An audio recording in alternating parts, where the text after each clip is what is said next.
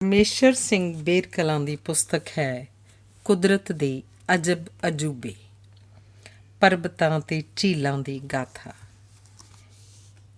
ਇਹ ਪੁਸਤਕ ਸਮਰਪਿਤ ਹੈ ਇਸ ਕਾਇਨਾਤ ਦੇ ਸਿਰਜਕ ਕਾਦਰ ਦਾ ਹਰ ਪਲ ਸ਼ੁਕਰਾਨਾ ਕਰਨ ਵਾਲੀ ਪਾਕ ਰੂਹ ਮੇਰੀ ਮਾਂ ਬੀਬੀ ਜਸਵੰਤ ਕੌਰ ਨੂੰ, ਜਿਸ ਦੀਆਂ ਦੁਆਵਾਂ ਤੇ ਅਰਦਾਸਾਂ ਸਦਕਾ ਮੇਰਾ ਟੱਬਰ ਤੇ ਮੈਂ ਖੁਦ ਹਰ ਔਖੇ ਸਮੇਂ ਨੂੰ ਸਬਰ ਸੰਤੋਖ ਨਾਲ ਲੰਘਾਉਣ ਦੇ ਸਮਰੱਥ ਹੋਏ।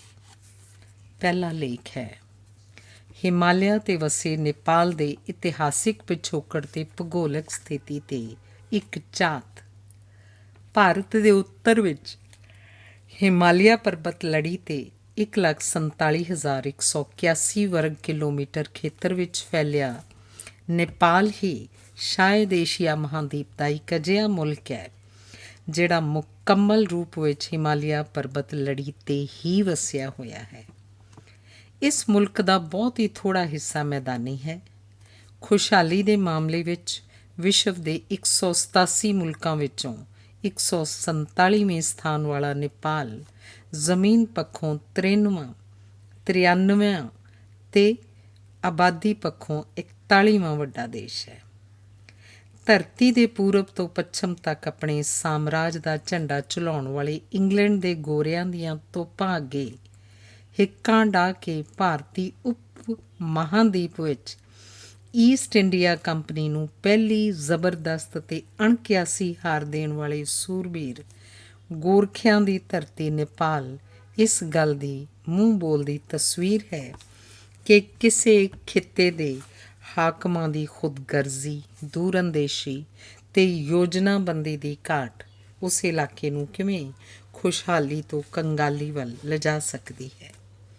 ਨੇਪਾਲ ਦੇ ਸਦੀਆਂ ਪੁਰਾਣੇ ਸ਼ਹਿਰਾਂ ਵਿੱਚੋਂ ਇੱਕ ਭਗਤਾਪੁਰ ਵਿਖੇ 200 ਤੋਂ 300 ਸਾਲ ਪਹਿਲਾਂ ਦੇ ਲੱਕੜ ਦੀ ਬੇਮਿਸਾਲ ਕਾਰੀਗਰੀ ਤੇ ਮੀਨਾਕਾਰੀ ਵਾਲੇ 3-4 ਮੰਜ਼ਿਲੇ ਮਕਾਨ ਪੁਰਾਤਨ ਨੇਪਾਲ ਦੇ ਲੋਕਾਂ ਦੀ ਖੁਸ਼ਹਾਲੀ ਦੀ ਸ਼ਾਦੀ ਭਰਦੇ ਹਨ। ਪਰ ਅੱਜ ਇਸ ਖਿੱਤੇ ਦੇ ਲੋਕਾਂ ਕੋਲ ਇਹਨਾਂ ਆਲੀਸ਼ਾਨ ਮਕਾਨਾਂ ਦੀ ਸਾਂਭ ਸੰਭਾਲ ਦੇ ਵਸੀਲੇ ਵੀ ਨਹੀਂ ਬਚੇ। ਬੇਹੱਦ ਮਜ਼ਬੂਤ ਤਰੀਕੇ ਨਾਲ ਬਣੇ ਹੋਏ ਬਹੁਤੇ ਮਕਾਨ ਸੰਭਾਲ ਖੁਣੋਂ ਹੀ ਪਿਛਲੀ 1-1.5 ਸਦੀ ਦੌਰਾਨ ਖਸਤਾ ਹਾਲਤ ਨੂੰ ਪਹੁੰਚ ਚੁੱਕੇ ਹਨ ਤੇ ਰਹਿੰਦੀ ਕਸਰ ਭਿਆਨਕ ਭੂਚਾਲ ਦੇ ਰੂਪ ਵਿੱਚ ਆਈ ਕੁਦਰਤੀ ਆਫਤ ਨੇ ਪੂਰੀ ਕਰ ਦਿੱਤੀ ਹੈ। ਇਸ ਆਫਤ ਦੌਰਾਨ ਸਦੀਆਂ ਪੁਰਾਣੀਆਂ ਸੈਂਕੜੇ ਵਿਰਾਸਤੀ, ਧਾਰਮਿਕ ਤੇ ਰਿਹਾਇਸ਼ੀ ਇਮਾਰਤਾਂ ਮਲਬੇ ਦੇ ਢੇਰ ਵਿੱਚ ਤਬਦੀਲ ਹੋ ਗਈਆਂ ਹਨ। ਵਿਸ਼ਵ ਦਾ ਇੱਕੋ ਇੱਕ ਹਿੰਦੂ ਮੁਲਕ ਆਖਿਆ ਜਾਂਦਾ ਨੇਪਾਲ ਵੀ ਹੜੱਪਾ ਤੇ ਮੋਹਨਜੋ-ਦਾੜੋ ਵਾਲੀ ਸਿੰਧੂ ਘਾਟੀ ਦੀ ਸੱਭਿਅਤਾ ਵਾਂਗ ਬਹੁਤ ਪੁਰਾਤਨ ਸਮੇਂ ਤੋਂ ਮਨੁੱਖੀ ਵਸੋਂ ਵਾਲਾ ਇਲਾਕਾ ਹੈ। ਰਾਜਧਾਨੀ ਕਾਠਮੰਡੂ ਦੀ ਵਾਦੀ ਵਿੱਚੋਂ ਅੱਜ ਤੋਂ ਕਰੀਬ 11,000 ਵਰ੍ਹੇ ਪਹਿਲਾਂ ਦੇ ਨਵ ਪੱਥਰ ਯੁੱਗ ਦੀ ਮਨੁੱਖੀ ਵਸੋਂ ਦੀ ਹੋਂਦ ਦੇ ਸਬੂਤ ਮਿਲੇ ਹਨ।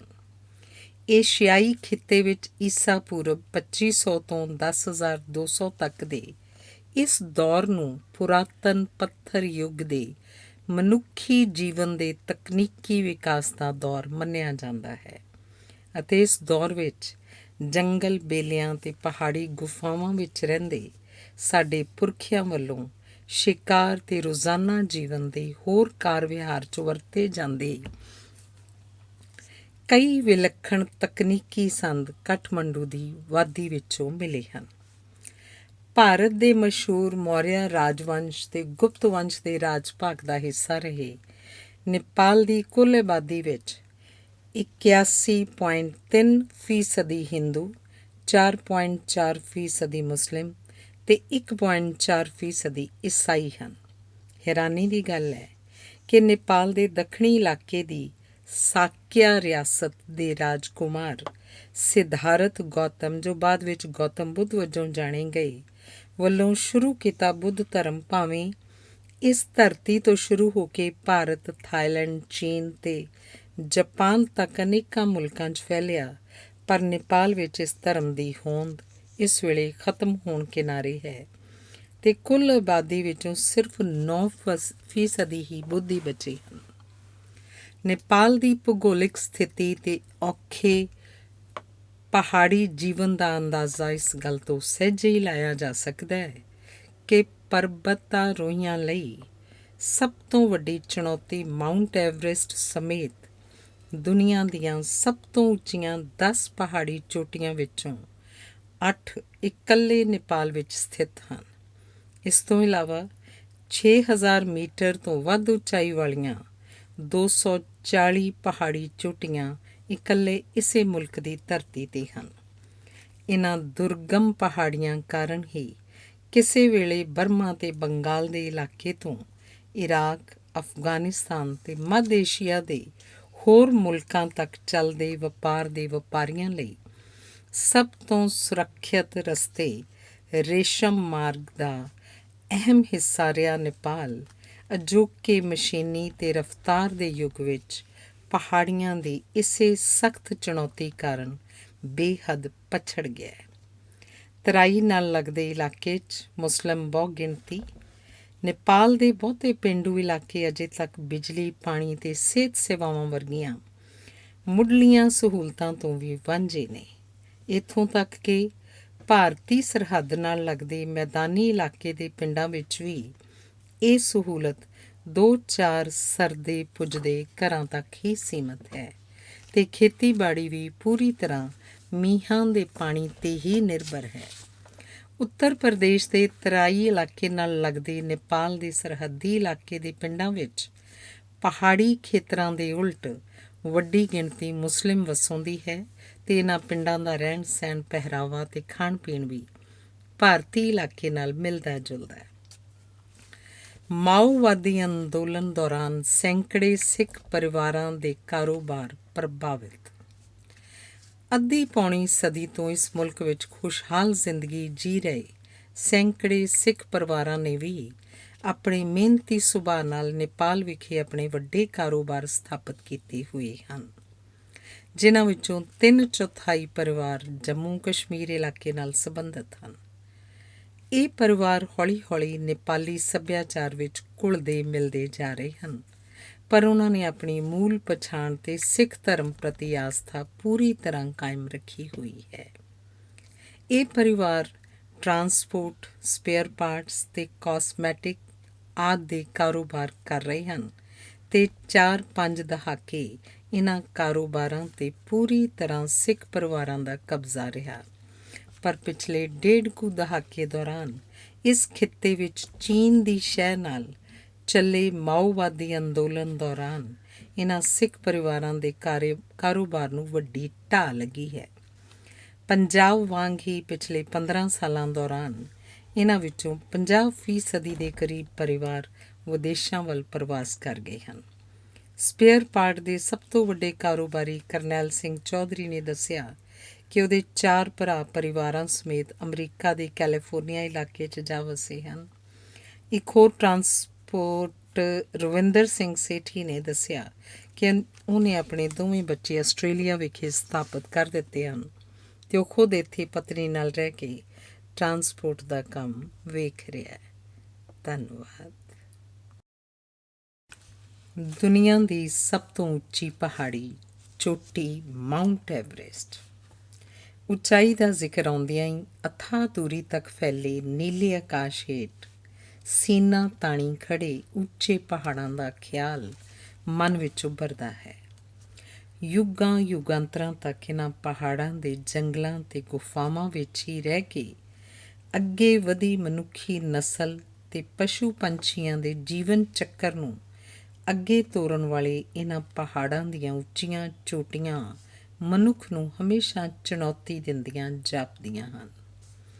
ਇਸ ਲੇਖ ਲੜੀ ਦੀ ਪਹਿਲੀ ਕਿਸ਼ਤ ਵਿੱਚ ਅੱਜ ਅਸੀਂ ਗੱਲ ਕਰ ਰਹੇ ਹਾਂ ਦੁਨੀਆ ਦੀ ਸਭ ਤੋਂ ਉੱਚੀ ਪਹਾੜੀ ਚੋਟੀ ਮਾਊਂਟ ਐਵਰੈਸਟ ਦੀ।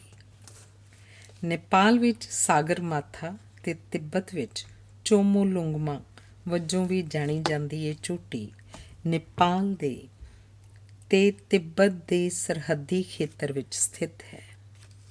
ਇਸ ਦਾ ਕੌਮਾਂਤਰੀ ਨਾਂ ਐਵਰੈਸਟ ਇਸ ਚੋਟੀ ਦੀ 1841 ਈਸਵੀ ਵਿੱਚ ਪੀਕ 15 ਵਜੋਂ ਪਛਾਣ ਕਰਕੇ ਉਚਾਈ ਨਾਪਣ ਵਾਲੀ ਬਰਤਾਨਵੀ ਸਰਵੇ ਟੀਮ ਦੇ ਮੁਖੀ ਸਰ ਜਾਰਜ ਐਵਰੈਸਟ ਦੇ ਨਾਂ 'ਤੇ 1865 ਈਸਵੀ 'ਚ ਰੱਖਿਆ ਗਿਆ।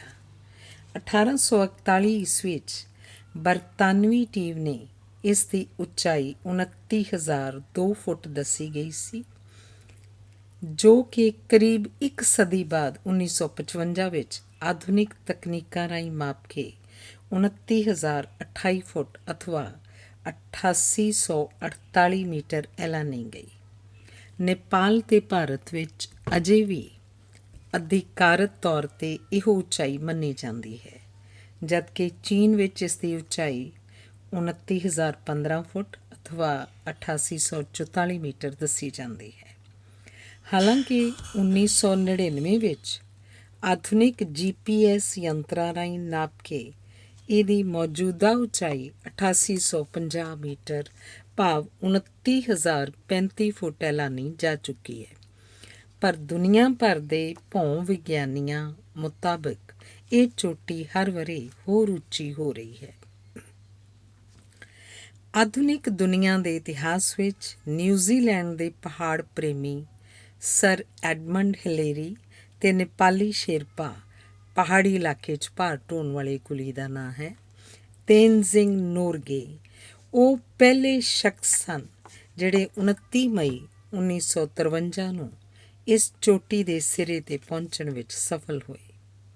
ਉਹਨਾਂ ਦੀ ਸਫਲਤਾ ਤੋਂ ਬਾਅਦ ਇਸ ਚੋਟੀ ਨੂੰ ਫਤਿਹ ਕਰਨ ਵਾਲਿਆਂ ਦੀ ਗਿਣਤੀ ਹਰ ਸਾਲ ਵੱਧਦੀ ਗਈ ਅਤੇ ਹੁਣ ਹਰ ਵਰ੍ਹੇ ਸੈਂਕੜੀ ਪਹਾੜੀ ਚੜ੍ਹਾਵੇ ਇਹ ਮੁਹਿੰਮ ਵਿੱਢਦੇ ਹਨ, ਪਰ ਇਹਨਾਂ ਵਿੱਚੋਂ 1/3 ਨੂੰ ਕਿਸੇ ਨਾ ਕਿਸੇ ਕਾਰਨ ਬਿਨਾਂ ਸਰ ਕੀਤੇ ਮੁੜਨਾ ਪੈਂਦਾ ਹੈ। ਚੋਟੀ ਸਰ ਕਰਨ ਵਾਲਿਆਂ ਵਿੱਚੋਂ 10% ਦੀ ਯਕੀਨਨ ਮੌਤ ਹੋ ਜਾਂਦੀ ਹੈ। 13 ਸਾਲ ਦੇ ਬੱਚੇ ਤੋਂ ਲੈ ਕੇ 80 ਸਾਲ ਦੇ ਬਜ਼ੁਰਗ ਤੱਕ ਅੱਖਾਂ ਤੋਂ ਅੰਨੇ, ਬਿਨਾਂ ਲੱਤਾਂ ਤੋਂ ਅਤੇ ਹੋਰ ਅੰਗਹੀਣ ਲੋਕ ਵੀ ਇਸ ਚੋਟੀ ਨੂੰ ਸਰ ਕਰ ਚੁੱਕੇ ਹਨ। 1975 ਈਸਵੀ ਵਿੱਚ ਐਵਰੈਸਟ ਸਰ ਕਰਨ ਵਾਲੀ ਦੁਨੀਆ ਦੀ ਪਹਿਲੀ ਔਰਤ ਜੁਨਕੋ ਤਾਬੇਈ ਤੇ 23 ਮਈ 2013 ਨੂੰ 80 ਸਾਲ ਦੀ ਉਮਰ ਵਿੱਚ ਇਸ ਚੋਟੀ ਦੇ ਸਿਰੇ 'ਤੇ ਪਹੁੰਚਣ ਵਾਲਾ ਮਿਊਰਾ ਯਾਚੀਰੋ ਦੋਵੇਂ ਜਾਪਾਨੀ ਸਨ।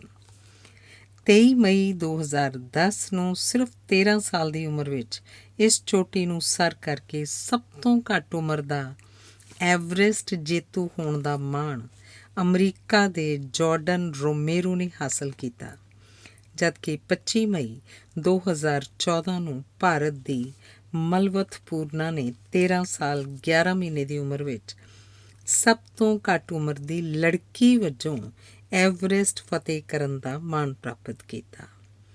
ਗੁਰਸਿੱਖ ਨੌਜਵਾਨ ਗੁਰਇਬਾਦਤ ਸਿੰਘ ਤੇ ਉਹਦੇ ਸਨਾਵਰ ਸਕੂਲ ਦੇ ਸਾਥੀ ਫਤਿਹ ਸਿੰਘ ਬਰਾੜ, ਪ੍ਰਿਥਵੀ ਚਾਹਲ, ਸ਼ੁਭਮ ਕੌਸ਼ਿਕ, ਗੌਰਵ ਜੁਨੇਜਾ ਤੇ ਅਜੇ ਸੋਹਲ ਆਦਿ ਉਹਨਾਂ ਬਹਾਦਰ ਨੌਜਵਾਨਾਂ 'ਚ ਸ਼ਾਮਲ ਹਨ ਜਿਨ੍ਹਾਂ 17-18 ਸਾਲ ਦੀ ਉਮਰ ਵਿੱਚ ਇਹ ਚੋਟੀ ਸਰ ਕਰਨ ਦਾ ਮਾਣ ਹਾਸਲ ਕੀਤਾ। ਧੰਨਵਾਦ। ਮਾਊਂਟ ਐਵਰੈਸਟ ਤੋਂ ਬਾਅਦ ਦੂਜੀ ਸਭ ਤੋਂ ਉੱਚੀ ਪਹਾੜੀ ਚੋਟੀ K2 ਹਜ਼ਾਰਾਂ ਮੀਲ ਤੱਕ ਫੈਲੀ ਹਿਮਾਲਿਆ ਅਤੇ ਇਸ ਦੇ ਨਾਲ ਜੁੜਦੀ ਹਿੰਦੂ ਕੁਸ਼ ਪਰਬਤ ਲੜੀਆਂ ਦੁਨੀਆ ਦੀਆਂ ਸਭ ਤੋਂ ਵਿਸ਼ਾਲ ਖੇਤਰ ਅਤੇ ਸਭ ਤੋਂ ਉੱਚੀਆਂ ਪਹਾੜੀ ਚੋਟੀਆਂ ਵਾਲੇ ਇਲਾਕੇ ਹਨ। ਇਹਨਾਂ ਦੀ ਵਿਸ਼ਾਲਤਾ ਦਾ ਅੰਦਾਜ਼ਾ ਇਸ ਗੱਲ ਤੋਂ ਸਹਿਜੇ ਹੀ ਲਾਇਆ ਜਾ ਸਕਦਾ ਹੈ ਕਿ ਦੁਨੀਆ ਦੀਆਂ ਸਭ ਤੋਂ ਉੱਚੀਆਂ 14 ਪਹਾੜੀ ਚੋਟੀਆਂ ਵਿੱਚੋਂ 10 ਇਹਨਾਂ ਲੜੀਆਂ ਵਿੱਚ ਹੀ ਹਨ। ਇਹਨਾਂ 10 ਵਿੱਚੋਂ ਵੀ 4 ਚੋਟੀਆਂ ਲੇਹ ਲਦਾਖ ਦੇ ਕਰਾਕੋਰਮ ਦਰੇ ਦੇ ਆਸ-ਪਾਸ ਦੇ ਇਲਾਕੇ ਵਿੱਚ ਹੀ ਹਨ। ਕਰਾਕੋਰਮ ਤੁਰਕੀ ਭਾਸ਼ਾ ਦਾ ਸ਼ਬਦ ਹੈ ਜਿਸ ਦਾ ਅਰਥ ਹੈ ਕਾਲੀ ਬਜਰੀ, ਅਤੇ ਇਸ ਦਰੇ ਨੂੰ ਇਹ ਨਾਂ ਯੂਰਪੀਅਨ ਮੁਲਕਾਂ ਤੋਂ ਭਾਰਤ ਵੱਲ ਆਉਣ ਵਾਲੇ ਵਪਾਰੀਆਂ ਨੇ ਦਿੱਤਾ ਸੀ। ਇਸੇ ਇਲਾਕੇ ਵਿੱਚ ਸਥਿਤ ਹੈ K2 ਨਾਂ ਦੀ ਉਹ ਚੋਟੀ ਜਿਹੜੀ ਉਚਾਈ ਪੱਖੋਂ ਐਵਰੈਸਟ ਤੋਂ ਬਾਅਦ ਦੁਨੀਆ ਭਰ 'ਚ ਦੂਜੇ ਨੰਬਰ 'ਤੇ ਆਉਂਦੀ ਹੈ। ਇਹਦੀ ਉਚਾਈ 8,611 ਮੀਟਰ ਅਥਵਾ 28,251 ਫੁੱਟ ਹੈ। ਆਮ ਲੋਕਾਂ ਨੂੰ ਇਸ ਚੋਟੀ ਬਾਰੇ ਜਾਣਕਾਰੀ ਬਹੁਤ ਘੱਟ ਹੈ ਕਿਉਂਕਿ ਇਹ ਚੋਟੀ ਦੁਨੀਆ ਦੇ ਦੂਜੇ ਸਭ ਤੋਂ ਵਿਸ਼ਾਲ ਗਲੇਸ਼ੀਅਰ ਵਾਲੇ ਇਲਾਕੇ ਸਿਆਚਿਨ ਵਿੱਚ ਭਾਰਤ ਪਾਕਿਸਤਾਨ ਚੀਨ ਦੇ ਸਰਹੱਦੀ ਖੇਤਰ ਵਿੱਚ ਕਰਾਕੁਰਮ ਦਰੇ ਨੇੜੇ ਸਥਿਤ ਹੈ। ਇਹ ਚੋਟੀ ਚੜ੍ਹਾਈ ਦੇ ਮਾਮਲੇ 'ਚ ਐਵਰੈਸਟ ਤੋਂ ਵੀ ਔਖੀ ਹੈ, ਜਿਸ ਦਾ ਅੰਦਾਜ਼ਾ ਇਸ ਗੱਲ ਤੋਂ ਸਹਿਜੇ ਹੀ ਲਾਇਆ ਜਾ ਸਕਦਾ ਹੈ ਕਿ ਇਸ 'ਤੇ ਚੜ੍ਹਾਈ ਦੌਰਾਨ ਮਰਨ ਵਾਲਿਆਂ ਦੀ ਦਰ ਐਵਰੈਸਟ ਤੋਂ ਵੀ ਕਿਤੇ ਜ਼ਿਆਦਾ ਹੈ। ਇਸ ਚੋਟੀ ਨੂੰ ਹਾਲੇ ਤੱਕ ਕੇਵਲ 302 ਲੋਕਾਂ ਨੇ ਹੀ ਸਰ ਕੀਤਾ ਹੈ ਅਤੇ 80 ਲੋਕਾਂ ਦੀ ਮੌਤ ਵੀ ਹੋ ਚੁੱਕੀ ਹੈ। 1856 ਈਸਵੀ ਵਿੱਚ ਥਾਮਸ ਮਿੰਟਗੁਮਰੀ ਦੀ ਬਰਤਾਨਵੀ ਟੀਮ ਵੱਲੋਂ ਕੀਤੇ ਸਰਵੇ ਰਾਹੀਂ K2 ਵਜੋਂ ਪਛਾਣੀ ਇਸ ਚੋਟੀ 'ਤੇ ਚੜ੍ਹਨ ਦੇ ਯਤਨ ਤਾਂ ਭਾਵੇਂ ਪਹਾੜ ਪ੍ਰੇਮੀਆਂ ਵੱਲੋਂ 1892 ਈਸਵੀ ਤੋਂ ਹੀ ਸ਼ੁਰੂ ਹੋ ਗਏ ਸਨ, ਪਰ ਇਸ ਚੋਟੀ ਨੂੰ ਸਰ ਕਰਨ ਦਾ ਸਿਹਰਾ 31 ਜੁਲਾਈ 1954 ਈਸਵੀ ਨੂੰ ਅਰਦਿੱਤੋ ਦੇਸੀਓ ਦੀ ਅਗਵਾਈ ਵਾਲੀ ਇਟਲੀ ਦੀ ਟੀਮ 'ਤੇ ਸਿਰ ਵੱਜਿਆ।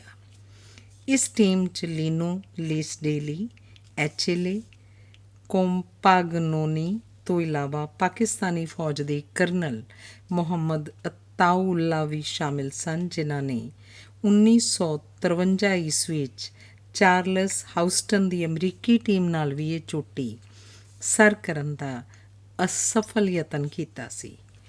23 ਜੂਨ 1986 ਈਸਵੀ ਨੂੰ ਪੋਲ ਵਾਂਡਾ ਰੁਕੀਵਿਕਸ ਇਸ ਚੋਟੀ ਨੂੰ ਸਰ ਕਰਨ ਵਾਲੀ ਪਹਿਲੀ ਔਰਤ ਬਣੀ, ਜਦਕਿ 2004 ਈਸਵੀ ਵਿੱਚ 65 ਸਾਲ ਦੇ ਸਪੇਨੀ ਬਜ਼ੁਰਗ ਕਾਰਲੋਸ ਸੋਰੀਆ ਫੌਂਟਨ ਨੇ ਸਭ ਤੋਂ ਵੱਡੀ ਉਮਰ 'ਚ ਇਸ ਚੋਟੀ ਨੂੰ ਸਰ ਕਰਨ ਦਾ ਮਾਣ ਹਾਸਲ ਕੀਤਾ। 1986 ਈਸਵੀ ਵਿੱਚ ਜਾਰਜ ਵਾਲਰਸਟੀਨ ਦੀ ਟੀਮ ਨੇ ਗਲਤ ਢੰਗ ਨਾਲ ਮਿਣਤੀ ਕਰਕੇ ਇਸ ਚੋਟੀ ਨੂੰ ਐਵਰੈਸਟ ਤੋਂ ਵੀ ਵੱਧ ਉੱਚੀ ਹੋਣ ਦਾ ਦਾਅਵਾ ਕਰ ਦਿੱਤਾ ਸੀ, ਪਰ ਇਸ ਦਾਅਵੇ ਦੀ ਸੱਚਾਈ ਜਾਣਨ ਲਈ 1987 ਈਸਵੀ ਵਿੱਚ ਮੁੜ ਆਧੁਨਿਕ ਯੰਤਰਾਂ ਨਾਲ ਕੀਤੀ ਸਹੀ ਮਿਣਤੀ ਰਾਹੀਂ ਉਹਨਾਂ ਦੇ ਦਾਅਵੇ ਨੂੰ ਖਾਰਜ ਕਰਕੇ ਇਸ ਦੀ ਸਹੀ ਉਚਾਈ ਦਾ ਐਲਾਨ ਕੀਤਾ ਗਿਆ। ਧੰਨਵਾਦ। ਐਵਰੈਸਟ ਤੋਂ ਵੀ ਮੁਸ਼ਕਿਲਾਂ ਭਰੀ ਤੇ ਚਰਚਿਤ ਪਹਾੜੀ ਚੋਟੀ ਹੈ ਕੰਚਨਜੰਗਾ। ਭਾਰਤ ਦੇ ਸਭ ਤੋਂ ਛੋਟੇ ਸੂਬੇ ਸਿੱਕਮ ਤੇ ਨੇਪਾਲ ਦੀ ਸਰਹੱਦ 'ਤੇ ਹਿਮਾਲਿਆ ਲੜੀ ਦੇ ਪੂਰਬੀ ਖੇਤਰ ਦੀ ਵਿਸ਼ਾਲ ਪਹਾੜੀ ਚੋਟੀ ਕੰਚਨਜੰਗਾ ਉਹ ਨਾਂ ਹੈ ਜਿਸ ਬਾਰੇ ਸਕੂਲ ਜਾਣ ਵਾਲਾ ਹਰ ਭਾਰਤੀ ਬੱਚਾ ਜਾਣਦਾ ਹੈ, ਕਿਉਂਕਿ ਭਾਰਤ ਦੇ ਸਾਰੇ ਸਕੂਲਾਂ ਦੇ ਭੂਗੋਲ ਵਿਸ਼ੇ ਵਿੱਚ ਇਸ ਚੋਟੀ ਦਾ ਜ਼ਿਕਰ ਜ਼ਰੂਰ ਆਉਂਦਾ ਹੈ। ਬਣਤਰ ਪੱਖੋਂ ਐਵਰੈਸਟ ਤੇ K2 ਚੋਟੀਆਂ ਤੋਂ ਵੱਖਰੀ ਇਸ ਪਹਾੜੀ ਦੀ ਇੱਕੋ ਗੁੰਬਦਨੁਮਾ ਚੋਟੀ ਦੀ ਬਜਾਏ ਵੱਖ-ਵੱਖ ਉਚਾਈ ਵਾਲੀਆਂ 5 ਨੋਕਾਂ ਹਨ। ਇਹਨਾਂ ਵਿੱਚੋਂ 3 ਭਾਰਤ ਤੇ 2 ਨੇਪਾਲ ਦੇ ਇਲਾਕੇ 'ਚ ਹਨ, ਪਰ ਤਕਨੀਕੀ ਪੱਖੋਂ ਇਹਨਾਂ ਨੂੰ 5 ਦੀ ਬਜਾਏ ਇੱਕੋ ਚੋਟੀ ਮੰਨਿਆ ਜਾਂਦਾ ਹੈ। ਇਹਨਾਂ 5 ਦੇ ਸਮੂਹ ਕਾਰਨ ਹੀ ਤਿੱਬਤੀ ਤੇ ਸਿੱਕਮੀ ਭਾਸ਼ਾਵਾਂ ਦੇ ਮੇਲ ਤੋਂ ਇਸ ਦਾ ਨਾਂ ਕੰਚਨਜੰਗਾ ਪਿਆ।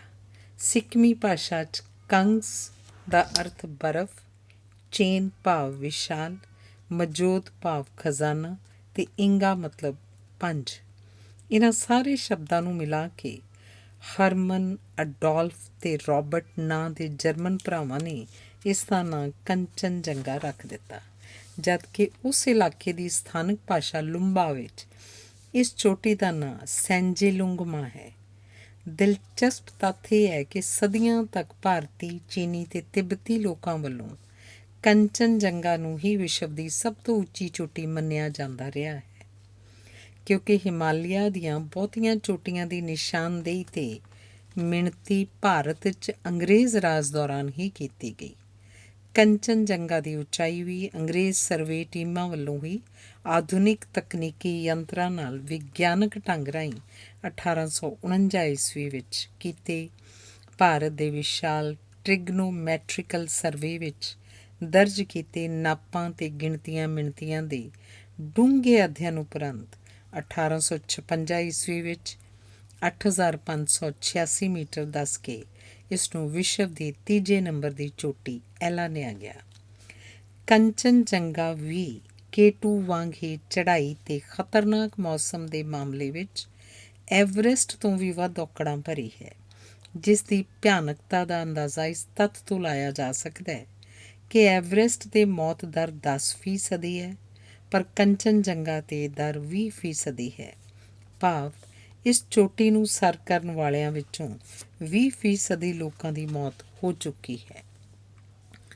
ਭਿਆਨਕਤਾ ਦਾ ਆਲਮ ਇਹ ਹੈ ਕਿ ਇਸ ਇਲਾਕੇ ਵਿੱਚ ਕੰਚਨਜੰਗਾ ਤੋਂ ਇਲਾਵਾ 5 ਹੋਰ ਚੋਟੀਆਂ ਹਨ ਜਿਨ੍ਹਾਂ ਦੀ ਉਚਾਈ 8000 ਮੀਟਰ ਤੋਂ ਵੱਧ ਹੈ, ਜਦਕਿ 10 ਚੋਟੀਆਂ ਦੀ ਉਚਾਈ 7000 ਤੋਂ 8000 ਤੱਕ ਹੈ ਅਤੇ ਇਹਨਾਂ ਪਹਾੜੀਆਂ ਵਿੱਚ ਕੁੱਲ 120 ਵਿਸ਼ਾਲ ਗਲੇਸ਼ੀਅਰ ਹਨ।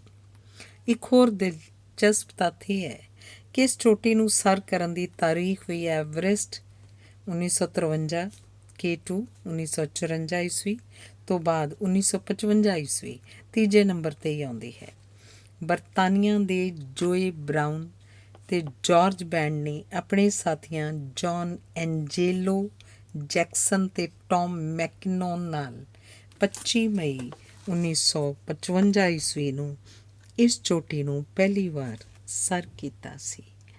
ਧੰਨਵਾਦ। ਵਿਸ਼ਵ ਦੀ ਚੌਥੇ ਨੰਬਰ ਦੀ ਚੋਟੀ ਲਹੋਤਸੇ, ਭਾਵ ਐਵਰੈਸਟ ਦੇ ਦੱਖਣ ਵੱਲ ਦੀ ਚੋਟੀ। ਇਸ ਤੋਂ ਪਹਿਲਾਂ ਕਿ ਪਾਠਕਾਂ ਨਾਲ ਇਸ ਲੜੀ ਦੀਆਂ ਹੋਰ ਉੱਚੀਆਂ ਚੋਟੀਆਂ ਬਾਰੇ ਜਾਣਕਾਰੀ ਸਾਂਝੀ ਕਰੀਏ, ਇਹਨਾਂ ਵਿਸ਼ਾਲ ਪਹਾੜਾਂ ਦੀ ਹੋਂਦ ਵਿੱਚ ਆਉਣ ਬਾਰੇ ਸੰਖੇਪ 'ਚ ਗੱਲ ਕਰਨੀ ਵੀ ਕੁਥਾਂ ਨਹੀਂ ਹੋਏਗੀ। ਬੇਹੱਦ ਹੈਰਾਨੀਜਨਕ ਤੱਥ ਇਹ ਹੈ ਕਿ ਹਜ਼ਾਰਾਂ ਕਿਲੋਮੀਟਰ ਲੰਬੀ ਅਤੇ ਸੈਂਕੜੇ ਕਿਲੋਮੀਟਰ ਚੌੜੀ ਸਮੁੱਚੀ ਹਿਮਾਲਿਆ ਲੜੀ ਵਾਲੇ ਇਸ ਇਲਾਕੇ ਵਿੱਚ ਕਦੇ ਇਹਨਾਂ ਅਸਮਾਨ ਛੂੰਹਦੀਆਂ ਚੋਟੀਆਂ ਦੀ ਬਜਾਏ ਸਮੁੰਦਰ ਦੀਆਂ ਲਹਿਰਾਂ ਠਾਠਾਂ ਮਾਰਦੀਆਂ ਸਨ। ਬਹੁਤੇ ਪਾਠਕਾਂ ਨੂੰ ਇਹ ਜਾਣਕਾਰੀ ਸ਼ਾਇਦ ਸੰਭਵ ਹੀ ਜਾਪੇ, ਪਰ ਦੁਨੀਆ ਦੇ ਅਨੇਕਾਂ ਵਿਗਿਆਨੀ ਆਪਣੇ ਤਜਰਬਿਆਂ ਰਾਹੀਂ ਇਹ ਗੱਲ ਸਿੱਧ ਕਰ ਚੁੱਕੇ ਨੇ ਕਿ ਹਜ਼ਾਰਾਂ ਲੱਖਾਂ ਸਾਲ ਪਹਿਲਾਂ ਸਾਡੀ ਧਰਤੀ ਦੇ ਅੱਗ ਵਰਗੇ ਭਖਦੇ ਗੋਲੇ ਤੋਂ ਹੌਲੀ-ਹੌਲੀ ਠੰਡਾ ਹੋਣ ਦੌਰਾਨ ਵੱਖ-ਵੱਖ ਮਹਾਂਦੀਪਾਂ ਵਾਲੇ ਵਿਸ਼ਾਲ ਟੁਕੜਿਆਂ ਦੇ ਸਮੁੰਦਰ ਵਿੱਚ ਇੱਧਰ-ਉੱਧਰ ਭਟਕ ਕੇ ਇੱਕ ਦੂਜੇ ਨਾਲ ਜਾ ਟਕਰਾਉਣ ਤੋਂ ਬਾਅਦ ਹੀ ਧਰਤੀ ਦੀ ਮੌਜੂਦਾ ਬਣਤਰ ਬਣੀ ਹੈ। ਇਸੇ ਉਥਲ-ਪੁਥਲ ਦੌਰਾਨ ਹੀ ਇੰਡੋ ਆਸਟ੍ਰੇਲੀਅਨ ਪਲੇਟ ਆਖੀ ਜਾਂਦੀ ਸਾਡੇ ਮੁਲਕ ਵਾਲੀ ਧਰਤੀ ਦਾ ਇਹ ਹਿੱਸਾ ਭਾਰਤ, ਪਾਕਿਸਤਾਨ, ਬੰਗਲਾਦੇਸ਼, ਨੇਪਾਲ ਆਦਿ ਮੌਜੂਦਾ ਆਸਟ੍ਰੇਲੀਅਨ ਧਰਤੀ ਤੋਂ ਵੱਖ ਹੋ ਕੇ ਹਿੰਦ ਮਹਾਸਾਗਰ ਵਿੱਚ ਉੱਤਰ ਵੱਲ ਖਿਸਕਦਾ ਹੋਇਆ ਤਿੱਬਤਨ ਏਸ਼ੀਅਨ ਪਲੇਟ ਨਾਲ ਆ ਟਕਰਾਇਆ ਸੀ। ਇੰਨੇ ਵਿਸ਼ਾਲ ਆਕਾਰ ਧਰਤੀ ਦੇ ਦੋ ਟੁਕੜਿਆਂ ਦੇ ਆਪਸ ਵਿੱਚ ਟਕਰਾਉਣ ਦੌਰਾਨ ਹੀ ਭਾਰਤੀ ਪਲੇਟ ਤਿੱਬਤਨ ਪਲੇਟ ਦੇ ਹੇਠਾਂ ਵੱਲ ਜਾ ਧੱਸੀ। ਇਹਨਾਂ ਟੱਕਰਾਂ ਕਾਰਨ ਹੀ ਸਮੁੰਦਰ ਦਾ ਸੀਨਾ ਚੀਰ ਕੇ ਹਿਮਾਲਿਆ ਪਰਬਤ ਲੜੀ ਹੋਂਦ ਵਿੱਚ ਆਈ। ਵਿਗਿਆਨੀਆਂ ਦਾ ਮੰਨਣਾ ਹੈ ਕਿ ਭਾਰਤੀ ਪਲੇਟ ਅਜੇ ਵੀ ਹਰ ਵਰ੍ਹੇ ਕੁਝ ਮਿਲੀਮੀਟਰ ਤਿੱਬਤਨ ਪਲੇਟ ਦੇ ਹੇਠਾਂ ਵੱਲ ਖਿਸਕ ਰਹੀ ਹੈ ਅਤੇ ਇਸੇ ਕਾਰਨ ਐਵਰੈਸਟ ਸਮੇਤ ਹਿਮਾਲਿਆ ਦੀਆਂ ਵਿਸ਼ਾਲ ਚੋਟੀਆਂ ਹਰ ਵਰ੍ਹੇ ਹੋਰ ਉੱਚੀਆਂ ਉੱਠ ਰਹੀਆਂ ਨੇ। ਇਹਨਾਂ ਚੋਟੀਆਂ ਵਿੱਚ ਹੀ ਸ਼ਾਮਿਲ ਹੈ ਵਿਸ਼ਵ ਦੀ ਚੌਥੇ ਨੰਬਰ ਦੀ ਚੋਟੀ ਲਹੋਤਸੇ। ਨੇਪਾਲੀ ਭਾਸ਼ਾ ਦੇ ਇਸ ਸ਼ਬਦ ਲਹੋਤਸੇ ਦਾ ਅਰਥ ਹੈ ਦੱਖਣੀ ਚੋਟੀ। 8516 ਮੀਟਰ ਅਥਵਾ 27940 ਫੁੱਟ ਉੱਚੀ ਇਸ ਚੋਟੀ ਦਾ ਇਹ ਨਾਂ ਇਸ ਕਰਕੇ ਪਿਆ ਕਿਉਂਕਿ ਇਹ ਤਿੱਬਤ ਅਤੇ ਨੇਪਾਲ ਦੇ ਖੁੰਬੂ ਇਲਾਕੇ ਦੀ ਸਰਹੱਦ 'ਤੇ ਐਵਰੈਸਟ ਦੇ ਬਿਲਕੁਲ ਨੇੜੇ ਦੱਖਣੀ ਪਾਸੇ ਸਥਿਤ ਹੈ। ਇਹ ਵੀ ਕੰਚਨਜੰਗਾ ਵਾਂਗ ਹੀ 3 ਨੋਕਾਂ ਵਾਲੀ ਚੋਟੀ ਹੈ, ਜਿਸ ਦੀਆਂ ਦੂਜੀਆਂ 2 ਨੋਕਾਂ ਵਿੱਚੋਂ ਲਹੋਤਸੇ ਮਿਡਲ ਦੀ ਉਚਾਈ 8144 ਮੀਟਰ ਅਤੇ ਲਹੋਤਸੇ ਸ਼ਾਰ ਦੀ ਉਚਾਈ 8383 ਮੀਟਰ ਹੈ। ਭਾਰਤੀ ਨੌਜਵਾਨ ਅਰਜੁਨ ਵਾਜਪਾਈ 20 ਮਈ 2011 ਈਸਵੀ ਨੂੰ 17 ਸਾਲ 11 ਮਹੀਨੇ 16 ਦਿਨ ਦੀ ਉਮਰ ਵਿੱਚ ਇਸ ਚੋਟੀ 'ਤੇ ਚੜ੍ਹਨ ਵਾਲਾ ਵਿਸ਼ਵ ਦਾ ਸਭ ਤੋਂ ਨੌਜਵਾਨ ਪਰਬਤਾਰੋਹੀ ਬਣਿਆ। 1956 ਈਸਵੀ ਵਿੱਚ ਸਵਿਸ ਟੀਮ ਦੇ ਅਰਨੈਸਟ ਰੀਸ ਤੇ ਫ੍ਰਿਟ ਲੁਚੈਂਜ਼ਰ ਵੱਲੋਂ ਪਹਿਲੀ ਵਾਰੀ ਸਰ ਕਰਨ ਤੋਂ ਬਾਅਦ ਇਸ ਚੋਟੀ ਦੇ ਪਿਛਲੇ 60 ਸਾਲਾਂ ਦੌਰਾਨ ਸਿਰਫ 450 ਪਰਬਤ ਆਰੋਹੀ ਹੀ ਚੜ੍ਹੇ ਹਨ, ਜਿਨ੍ਹਾਂ ਵਿੱਚੋਂ 2 ਦਰਜਨ ਦੀ ਮੌਤ ਹੋ ਗਈ। ਐਵਰੈਸਟ ਉੱਤੇ ਦੱਖਣੀ ਪਾਸੇ ਤੋਂ ਚੜ੍ਹਾਈ ਕਰਨ ਵਾਲੇ ਚੜ੍ਹਾਵਿਆਂ ਨੂੰ ਲਹੋਤਸੇ ਦੇ ਚਿਹਰੇ ਵਜੋਂ ਜਾਣੀ ਜਾਂਦੀ ਇਸ ਦੀ ਪੱਛਮੀ ਬਾਹੀ ਦੇ ਗਲੇਸ਼ੀਅਰ ਦੀ 1125 ਮੀਟਰ ਉੱਚੀ ਅਸਮਾਨੀ ਰੰਗੀ ਬਰਫ਼ ਦੀ ਕੰਧ ਉੱਤੋਂ ਲਾਜ਼ਮੀ ਲੰਘਣਾ ਪੈਂਦਾ ਹੈ। ਧੰਨਵਾਦ। ਸਭ ਤੋਂ ਚੁਣੌਤੀਪੂਰਨ ਪਰ ਦਿਲਕਸ਼ ਨਜ਼ਾਰਿਆਂ ਵਾਲੀ ਹੈ 5ਵੇਂ ਨੰਬਰ ਦੀ ਚੋਟੀ ਮਕਾਲੂ। ਆਮ ਬੰਦੇ ਲਈ ਤਾਂ ਵੈਸੇ ਸਾਰੇ ਪਹਾੜੀ ਚੜ੍ਹਨ ਲਈ ਬੇਹੱਦ ਮੁਸ਼ਕਿਲਾਂ ਭਰੇ ਹੁੰਦੇ ਨੇ, ਪਰ ਇਹਨਾਂ ਵਿੱਚੋਂ ਕੁਝ ਅਜਿਹੇ ਵੀ ਨੇ ਜਿਹੜੇ ਮਾਹਿਰ ਪਹਾੜੀ ਚੜ੍ਹਾਵਿਆਂ ਸਾਹਮਣੇ ਵੀ ਚੁਣੌਤੀਪੂਰਨ ਬਣ ਜਾਂਦੇ ਨੇ। ਅਜਿਹੀ ਹੀ ਔਕੜਾਂ ਭਰਪੂਰ ਬੇਹੱਦ ਮੁਸ਼ਕਿਲ ਪਹਾੜਾਂ ਵਿੱਚੋਂ ਇੱਕ ਹੈ ਦੁਨੀਆ ਦੀ 5ਵੇਂ ਨੰਬਰ ਦੀ ਚੋਟੀ ਮਕਾਲੂ। ਮਾਊਂਟ ਐਵਰੈਸਟ ਤੋਂ ਕਰੀਬਨ 19 ਕਿਲੋਮੀਟਰ ਦੱਖਣ ਪੂਰਬ ਵੱਲ ਚੀਨ ਤੇ ਨੇਪਾਲ ਦੀ ਸਰਹੱਦ ਉੱਪਰ ਸਥਿਤ ਮਹਾਲੰਗੂਰ ਲੜੀ ਦੀ ਹੀ ਇਹ ਚੋਟੀ 8,485 ਮੀਟਰ ਅਥਵਾ 27,838 ਫੁੱਟ ਉੱਚੀ ਹੈ। ਇਸ ਨੂੰ ਚੜ੍ਹਨ ਦੇ ਮਾਮਲੇ 'ਚ ਦੁਨੀਆ ਦੀਆਂ 8,000 ਮੀਟਰ ਤੋਂ ਉੱਚੀਆਂ 14 ਚੋਟੀਆਂ ਵਿੱਚੋਂ ਸਭ ਤੋਂ ਮੁਸ਼ਕਿਲ ਤੇ ਔਕੜਾਂ ਭਰੀ ਮੰਨਿਆ ਜਾਂਦਾ ਹੈ।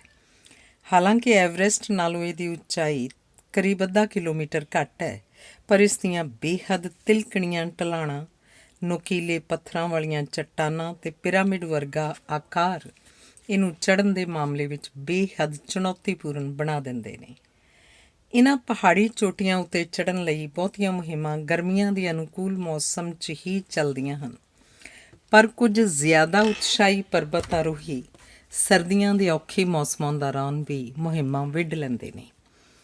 ਇਸ ਚੋਟੀ ਦੀ ਚੜ੍ਹਾਈ ਵਿੱਚ ਔਖਿਆਈ ਦਾ ਅੰਦਾਜ਼ਾ ਇਸ ਗੱਲ ਤੋਂ ਲਾਇਆ ਜਾ ਸਕਦਾ ਹੈ ਕਿ ਗਰਮੀਆਂ ਦੇ ਮੌਸਮ ਵਿੱਚ ਤਾਂ ਇਹਨੂੰ ਜੀਨ ਫਰੈਂਕੋ ਦੀ ਅਗਵਾਈ ਵਾਲੀ ਫਰਾਂਸੀਸੀ ਟੋਲੀ ਨੇ 15 ਮਈ 1955 ਈਸਵੀ ਨੂੰ ਸਰ ਕਰ ਲਿਆ ਸੀ, ਪਰ ਸਿਆਲ ਰੁੱਤੇ ਮਕਾਲੂ 'ਤੇ ਚੜ੍ਹਨ ਵਿੱਚ ਸਫਲਤਾ 2009 ਈਸਵੀ ਵਿੱਚ ਆ ਕੇ ਮਿਲ ਸਕੀ, ਜਦਕਿ ਸਿਆਲ ਰੁੱਤੇ ਚੜ੍ਹਨ ਦੇ ਮਾਮਲੇ ਵਿੱਚ ਐਵਰੈਸਟ ਸਮੇਤ 8,000 ਮੀਟਰ ਤੋਂ ਉੱਚੀਆਂ ਲਗਭਗ ਸਾਰੀਆਂ ਚੋਟੀਆਂ 1970-80 ਦੇ ਦਹਾਕਿਆਂ 'ਚ ਹੀ ਸਰ ਕਰ ਲਈਆਂ ਗਈਆਂ ਸਨ।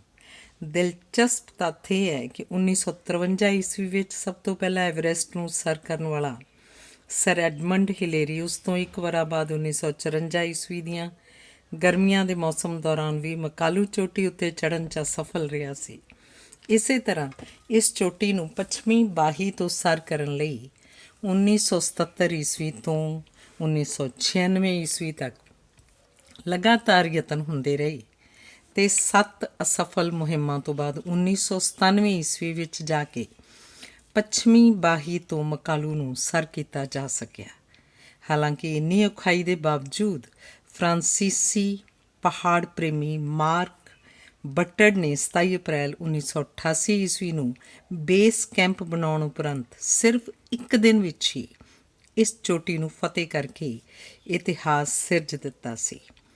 ਮਕਾਲੂ ਬਰੁਨ ਨੈਸ਼ਨਲ ਪਾਰਕ ਦੇ ਇਸ ਇਲਾਕੇ ਵਿੱਚ ਗਲੇਸ਼ੀਅਰਾਂ ਨਾਲ ਭਰੀ ਹਿਮਾਲਿਆ ਦੀ ਮਕਾਲੂ ਬਰੁਨ ਵੈਲੀ ਕੁਦਰਤੀ ਨਜ਼ਾਰਿਆਂ ਨਾਲ ਬੇਹੱਦ ਭਰਪੂਰ ਹੈ। ਦੁੱਧ ਚਿੱਟੀਆਂ ਤੇ ਅਸਮਾਨੀ ਰੰਗੀਆਂ ਬਰਫ਼ਾਂ ਦੇ ਇਹਨਾਂ ਗਲੇਸ਼ੀਅਰਾਂ ਦੇ ਨਾਲ ਇਸ ਇਲਾਕੇ ਵਿੱਚ ਸੈਂਕੜੇ ਕਿਸਮਾਂ ਦੇ ਰੰਗ ਬਿਰੰਗੇ ਵੇਲ ਬੂਟੇ, ਫੁੱਲ, ਅਨੇਕਾਂ ਰੰਗਾਂ ਦਾ ਘਾਹ ਅਤੇ ਝਾੜੀਆਂ ਤੋਂ ਇਲਾਵਾ ਉੱਚੀਆਂ ਚੋਟੀਆਂ ਤੋਂ ਡੂੰਘੀਆਂ ਘਾਟੀਆਂ 'ਚ ਡਿੱਗਦੇ ਪਾਣੀ ਦੇ ਝਰਨੇ ਆਦਿ ਇਸ ਇਲਾਕੇ ਵਿੱਚ ਪਹੁੰਚਣ ਵਾਲੇ ਲੋਕਾਂ ਦੀਆਂ ਅੱਖਾਂ ਨੂੰ ਇੰਨੀਆਂ ਚੰਗੀਆਂ ਲੱਗਦੀਆਂ ਨੇ ਕਿ ਹਰ ਕੋਈ ਕੁਦਰਤ ਦੀ ਇਸ ਬੇਮਿਸਾਲ ਤੇ ਅਣਛੂਹੀ ਸੁੰਦਰਤਾ ਉੱਤੇ ਅਸ਼-ਅਸ਼ ਕਰ ਉੱਠਦਾ ਹੈ।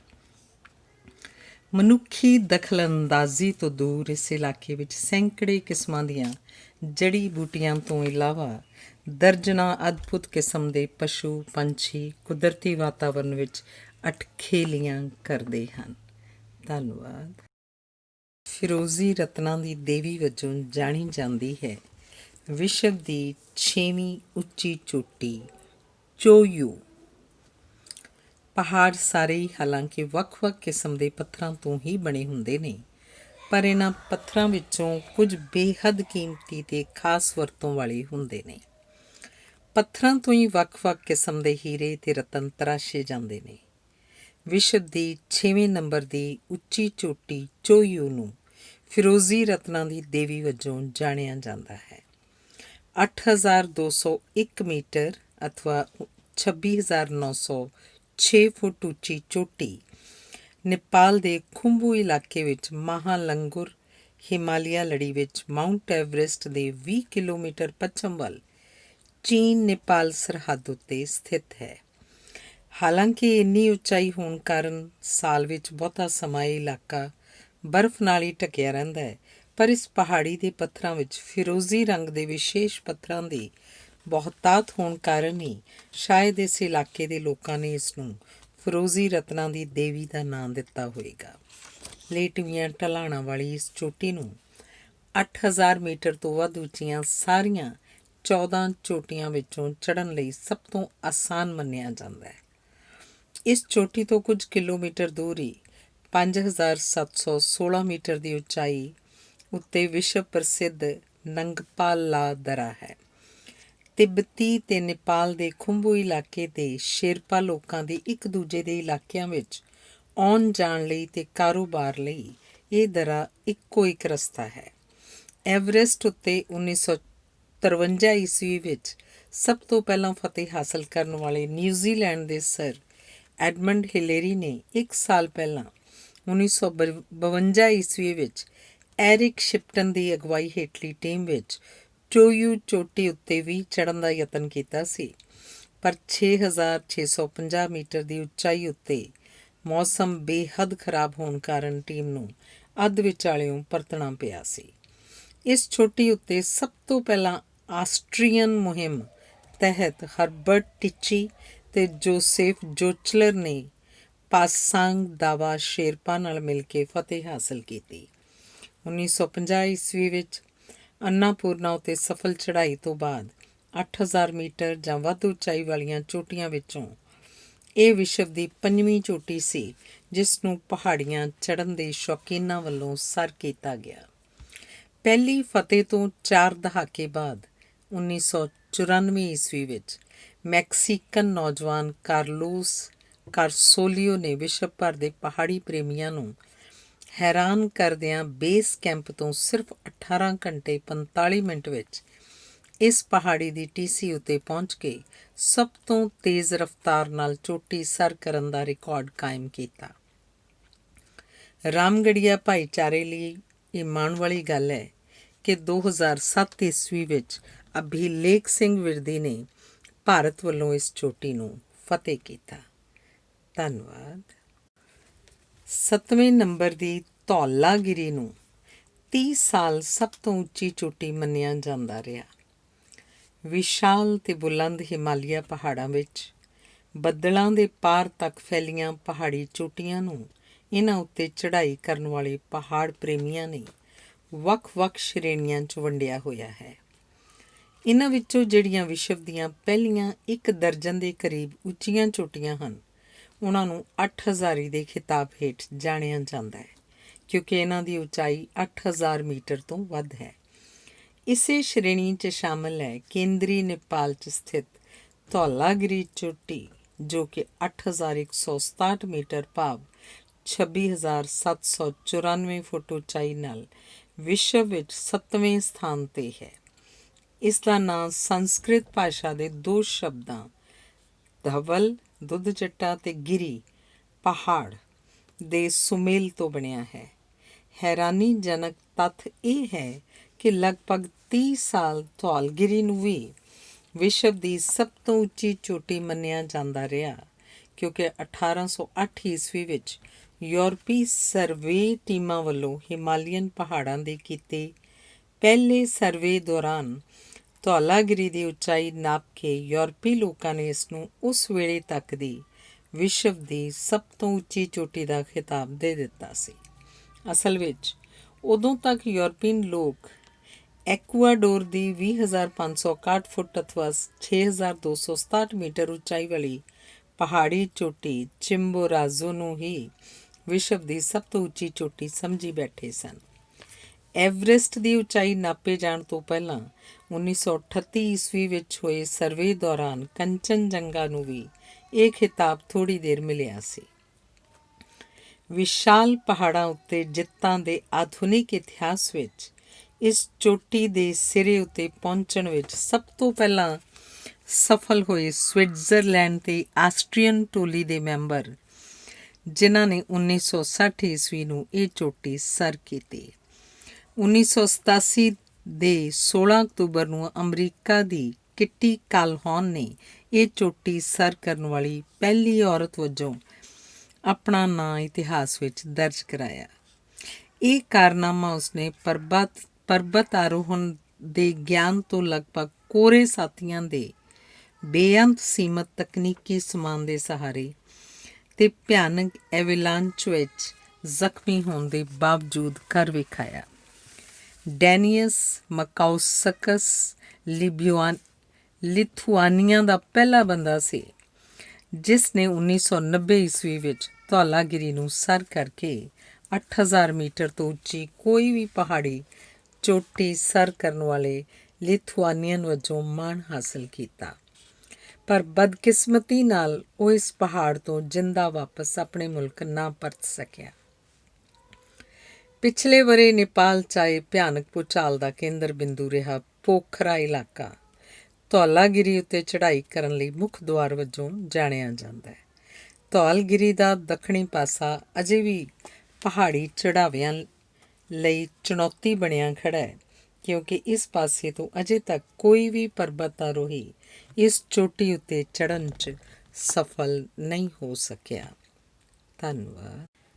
ਕੁਦਰਤੀ ਵੰਨ ਸੁਵੰਨਤਾ ਭਰੇ ਇਲਾਕੇ 'ਚ ਹੈ 8ਵੀਂ ਚੋਟੀ ਮਨਾਸਲੂ।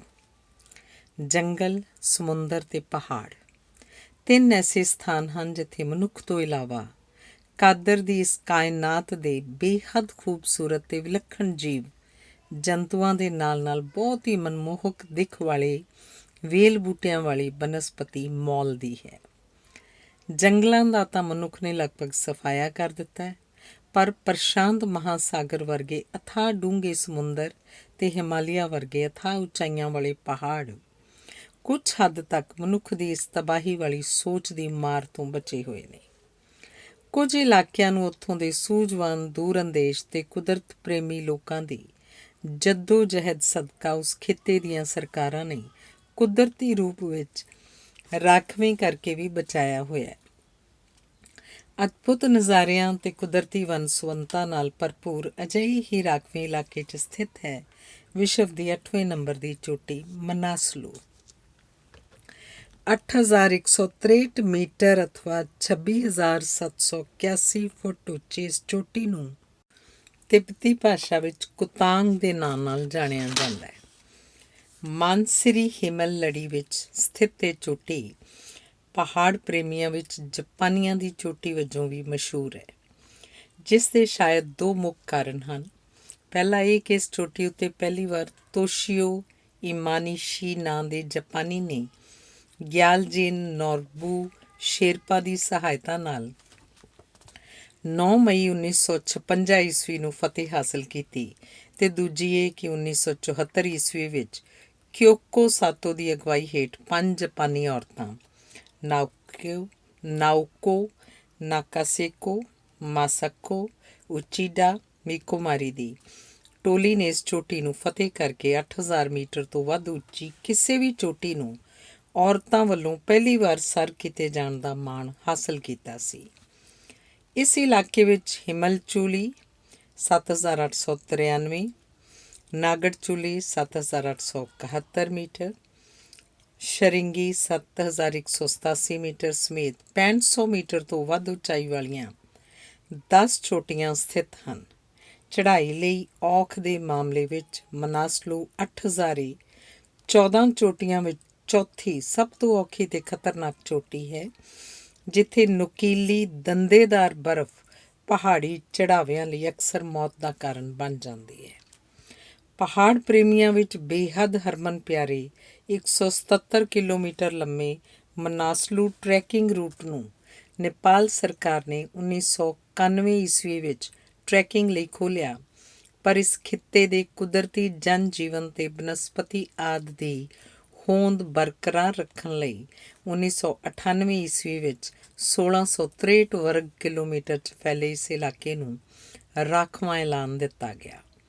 ਲੁਪਤ ਹੋਣ ਦੇ ਕੰਢੇ ਪਹੁੰਚੇ ਬਰਫਾਨੀ ਤੇਂਦੂਆ ਤੇ ਪਾਂਡਾ, ਕਾਲਾ ਹਿਮਾਲੀਅਨ ਹਿਰਨ, ਸੁਰਮਈ ਭੇੜੀਆ, ਨੀਲੀ ਭੇਡ ਤੇ ਇਸ ਤਰ੍ਹਾਂ ਦੇ ਹੋਰ ਦਰਜਨਾਂ ਜਾਨਵਰਾਂ ਲਈ ਇਹ ਇਲਾਕਾ ਸੁਰੱਖਿਅਤ ਸਥਾਨ ਹੈ। ਇਹਨਾਂ ਤੋਂ ਇਲਾਵਾ ਇਸ ਰਾਖਵੇਂ ਇਲਾਕੇ ਵਿੱਚ 110 ਕਿਸਮ ਦੇ ਸੁੰਦਰ ਅਦਭੁਤ ਪੰਛੀ, 33 ਕਿਸਮਾਂ ਦੇ ਥਣਧਾਰੀ ਜੀਵ, 11 ਕਿਸਮ ਦੀਆਂ ਤਿਤਲੀਆਂ ਤੇ ਕਈ ਰੀਂਗਣ ਵਾਲੇ ਜੀਵ ਵੀ ਪਹਾੜ ਪ੍ਰੇਮੀਆਂ ਲਈ ਖਿੱਚ ਦਾ ਕਾਰਨ ਹਨ। ਇਸ ਖਿੱਤੇ ਵਿੱਚ ਪਹਾੜੀ ਲੋਕਾਂ ਦੇ ਦੋ ਮੁੱਖ ਕਬੀਲੇ ਨੂਬਰੀ ਤੇ ਟੀਸਮ ਦੇ ਲੋਕ ਰਹਿੰਦੇ ਹਨ, ਜਿਨ੍ਹਾਂ ਵਿੱਚੋਂ ਟੀਸਮ ਕਬੀਲੇ ਨੇ ਅਜੇ ਵੀ ਆਪਣੇ ਆਪ ਨੂੰ ਆਧੁਨਿਕ ਦੌਰ ਦੇ ਲੋਕਾਂ ਤੋਂ ਦੂਰ ਰੱਖ ਕੇ ਆਪਣੀਆਂ ਪੁਰਾਤਨ ਰਵਾਇਤਾਂ ਨੂੰ ਕਾਇਮ ਰੱਖਿਆ ਹੋਇਆ ਹੈ। ਧੰਨਵਾਦ। ਕਾਤਲ ਪਹਾੜ ਵਜੋਂ ਜਾਣੀ ਜਾਂਦੀ ਹੈ 9ਵੇਂ ਨੰਬਰ ਦੀ ਚੋਟੀ ਨਾਂਗਾ ਪਰਬਤ। ਪਾਕਿਸਤਾਨ ਦੇ ਗਿਲਗਿਤ ਬਾਲਟਿਸਤਾਨ ਇਲਾਕੇ ਵਿੱਚ ਸਮੁੰਦਰ ਤਲ ਤੋਂ 8126 ਮੀਟਰ ਅਥਵਾ 26,660 ਫੁੱਟ ਦੀ ਉਚਾਈ ਵਾਲੀ ਚੋਟੀ ਨਾਂਗਾ ਪਰਬਤ ਭਾਵ ਨੰਗਾ ਪਹਾੜ ਵਿਸ਼ਵ ਦੀ 9ਵੇਂ ਨੰਬਰ ਦੀ ਚੋਟੀ ਹੈ, ਜਿਸ ਨੂੰ ਪਾਕਿਸਤਾਨੀ ਇਲਾਕੇ ਵਿੱਚ ਉੱਥੋਂ ਦੇ ਸਥਾਨਕ ਪਹਾੜੀ ਲੋਕ ਦਿਓਮੀਰ ਨਾਂ ਨਾਲ ਵੀ ਪੁਕਾਰਦੇ ਹਨ। ਦੁਨੀਆ ਭਰ ਵਿੱਚ ਮਸ਼ਹੂਰ ਸਿੰਧ ਦਰਿਆ ਇਸੇ ਪਹਾੜੀ ਚੋਟੀ ਦੇ ਇਲਾਕੇ ਤੋਂ ਸ਼ੁਰੂ ਹੁੰਦਾ ਹੈ ਅਤੇ ਇਸ ਚੋਟੀ ਦੇ ਦੋ ਵਿਲੱਖਣ ਤੱਥ ਇਸ ਪਹਾੜ ਨੂੰ ਹੋਰ ਵੀ ਅਦਭੁਤ ਬਣਾਉਂਦੇ ਨੇ। ਇਹਨਾਂ ਵਿੱਚੋਂ ਪਹਿਲਾ ਇਹ ਹੈ ਕਿ ਰੂਪਾਲ ਫੇਸ ਨਾਂ ਦਾ ਇਸ ਚੋਟੀ ਦਾ ਦੱਖਣੀ ਪਾਸਾ 4600 ਮੀਟਰ ਉਚਾਈ ਨਾਲ ਦੁਨੀਆ ਦਾ ਸਭ ਤੋਂ ਉੱਚਾ ਪਹਾੜੀ ਫੇਸ ਹੈ। ਦੂਜਾ ਉੱਤਰੀ ਪਾਸੇ ਵੱਲ ਦੀ ਇਸ ਦੀ ਬੇਹੱਦ ਤਿੱਖੀ ਚੜ੍ਹਾਈ, ਜੋ ਕਿ ਸਿੰਧ ਦਰਿਆ ਦੀ ਘਾਟੀ ਵਿੱਚੋਂ ਸਿਰਫ 25 ਕਿਲੋਮੀਟਰ ਦੇ ਸਫ਼ਰ ਦੌਰਾਨ ਹੀ 7000 ਮੀਟਰ ਦੀ ਉਚਾਈ ਤੱਕ ਪਹੁੰਚ ਜਾਂਦੀ ਹੈ। ਅਜਿਹੀ ਤਿੱਖੀ ਚੜ੍ਹਾਈ ਦੁਨੀਆ ਦੀ ਸਭ ਤੋਂ ਉੱਚੀ ਚੋਟੀ ਮਾਊਂਟ ਐਵਰੈਸਟ ਸਮੇਤ ਕਿਸੇ ਹੋਰ ਪਹਾੜੀ ਦੀ ਨਹੀਂ ਹੈ। ਇਸੇ ਕਾਰਨ ਚੜ੍ਹਾਈ ਲਈ ਬੇਹੱਦ ਔਕੜਾਂ ਭਰੀਆਂ ਵਿਸ਼ਵ ਦੀਆਂ 5 ਚੋਟੀਆਂ ਵਿੱਚ ਇਹ ਨਾਂਗਾ ਪਰਬਤ ਵੀ ਸ਼ਾਮਿਲ ਹੈ। 20ਵੀਂ ਸਦੀ ਦੇ ਅੱਧ ਤੱਕ ਇਸ ਪਹਾੜੀ 'ਤੇ ਚੜ੍ਹਨ ਦੌਰਾਨ ਹੋਈਆਂ ਵੱਡੀ ਗਿਣਤੀ ਦੀਆਂ ਮੌਤਾਂ ਕਾਰਨ ਸਥਾਨਕ ਲੋਕ ਇਸ ਨੂੰ ਕਾਤਲ ਪਹਾੜ ਵਜੋਂ ਪ੍ਰਚਾਰਨ ਲੱਗੇ ਸਨ। ਇਹ ਚਰਚਾ 1932 ਈਸਵੀ ਤੋਂ ਸ਼ੁਰੂ ਹੋਈ, ਜਦੋਂ ਵਿਲੀ ਮਰਕਲ ਨਾਂ ਦੇ ਪਰਬਤ ਆਰੋਹੀ ਦੀ ਅਗਵਾਈ ਹੇਠ ਜਰਮਨ ਪਰਬਤ ਆਰੋਹੀਆਂ ਨੇ ਇਸ ਚੋਟੀ ਨੂੰ ਸਰ ਕਰਨ ਲਈ ਮੁਹਿੰਮਾਂ ਵਿੱਢੀਆਂ।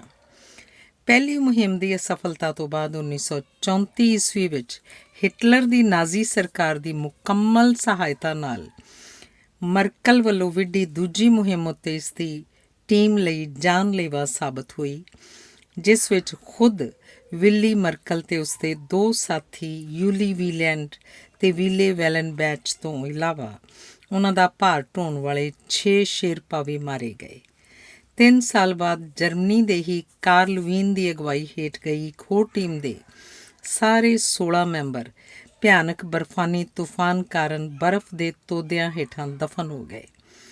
58 ਸਾਲ ਦੌਰਾਨ ਲਗਾਤਾਰ ਅਸਫਲ ਮੁਹਿੰਮਾਂ ਤੇ 31 ਮੌਤਾਂ ਤੋਂ ਬਾਅਦ 1953 ਈਸਵੀ ਵਿੱਚ 3 ਜੁਲਾਈ ਨੂੰ ਇਸ ਚੋਟੀ ਨੂੰ ਪਹਿਲੀ ਵਾਰ ਸਰ ਕਰਨ ਦਾ ਸਿਹਰਾ ਆਸਟਰੀਆ ਤੇ ਜਰਮਨੀ ਦੀ ਸਾਂਝੀ ਮੁਹਿੰਮ ਦੇ ਮੈਂਬਰ ਹਰਮਨ ਬੂਹਲ ਨੂੰ ਮਿਲਿਆ।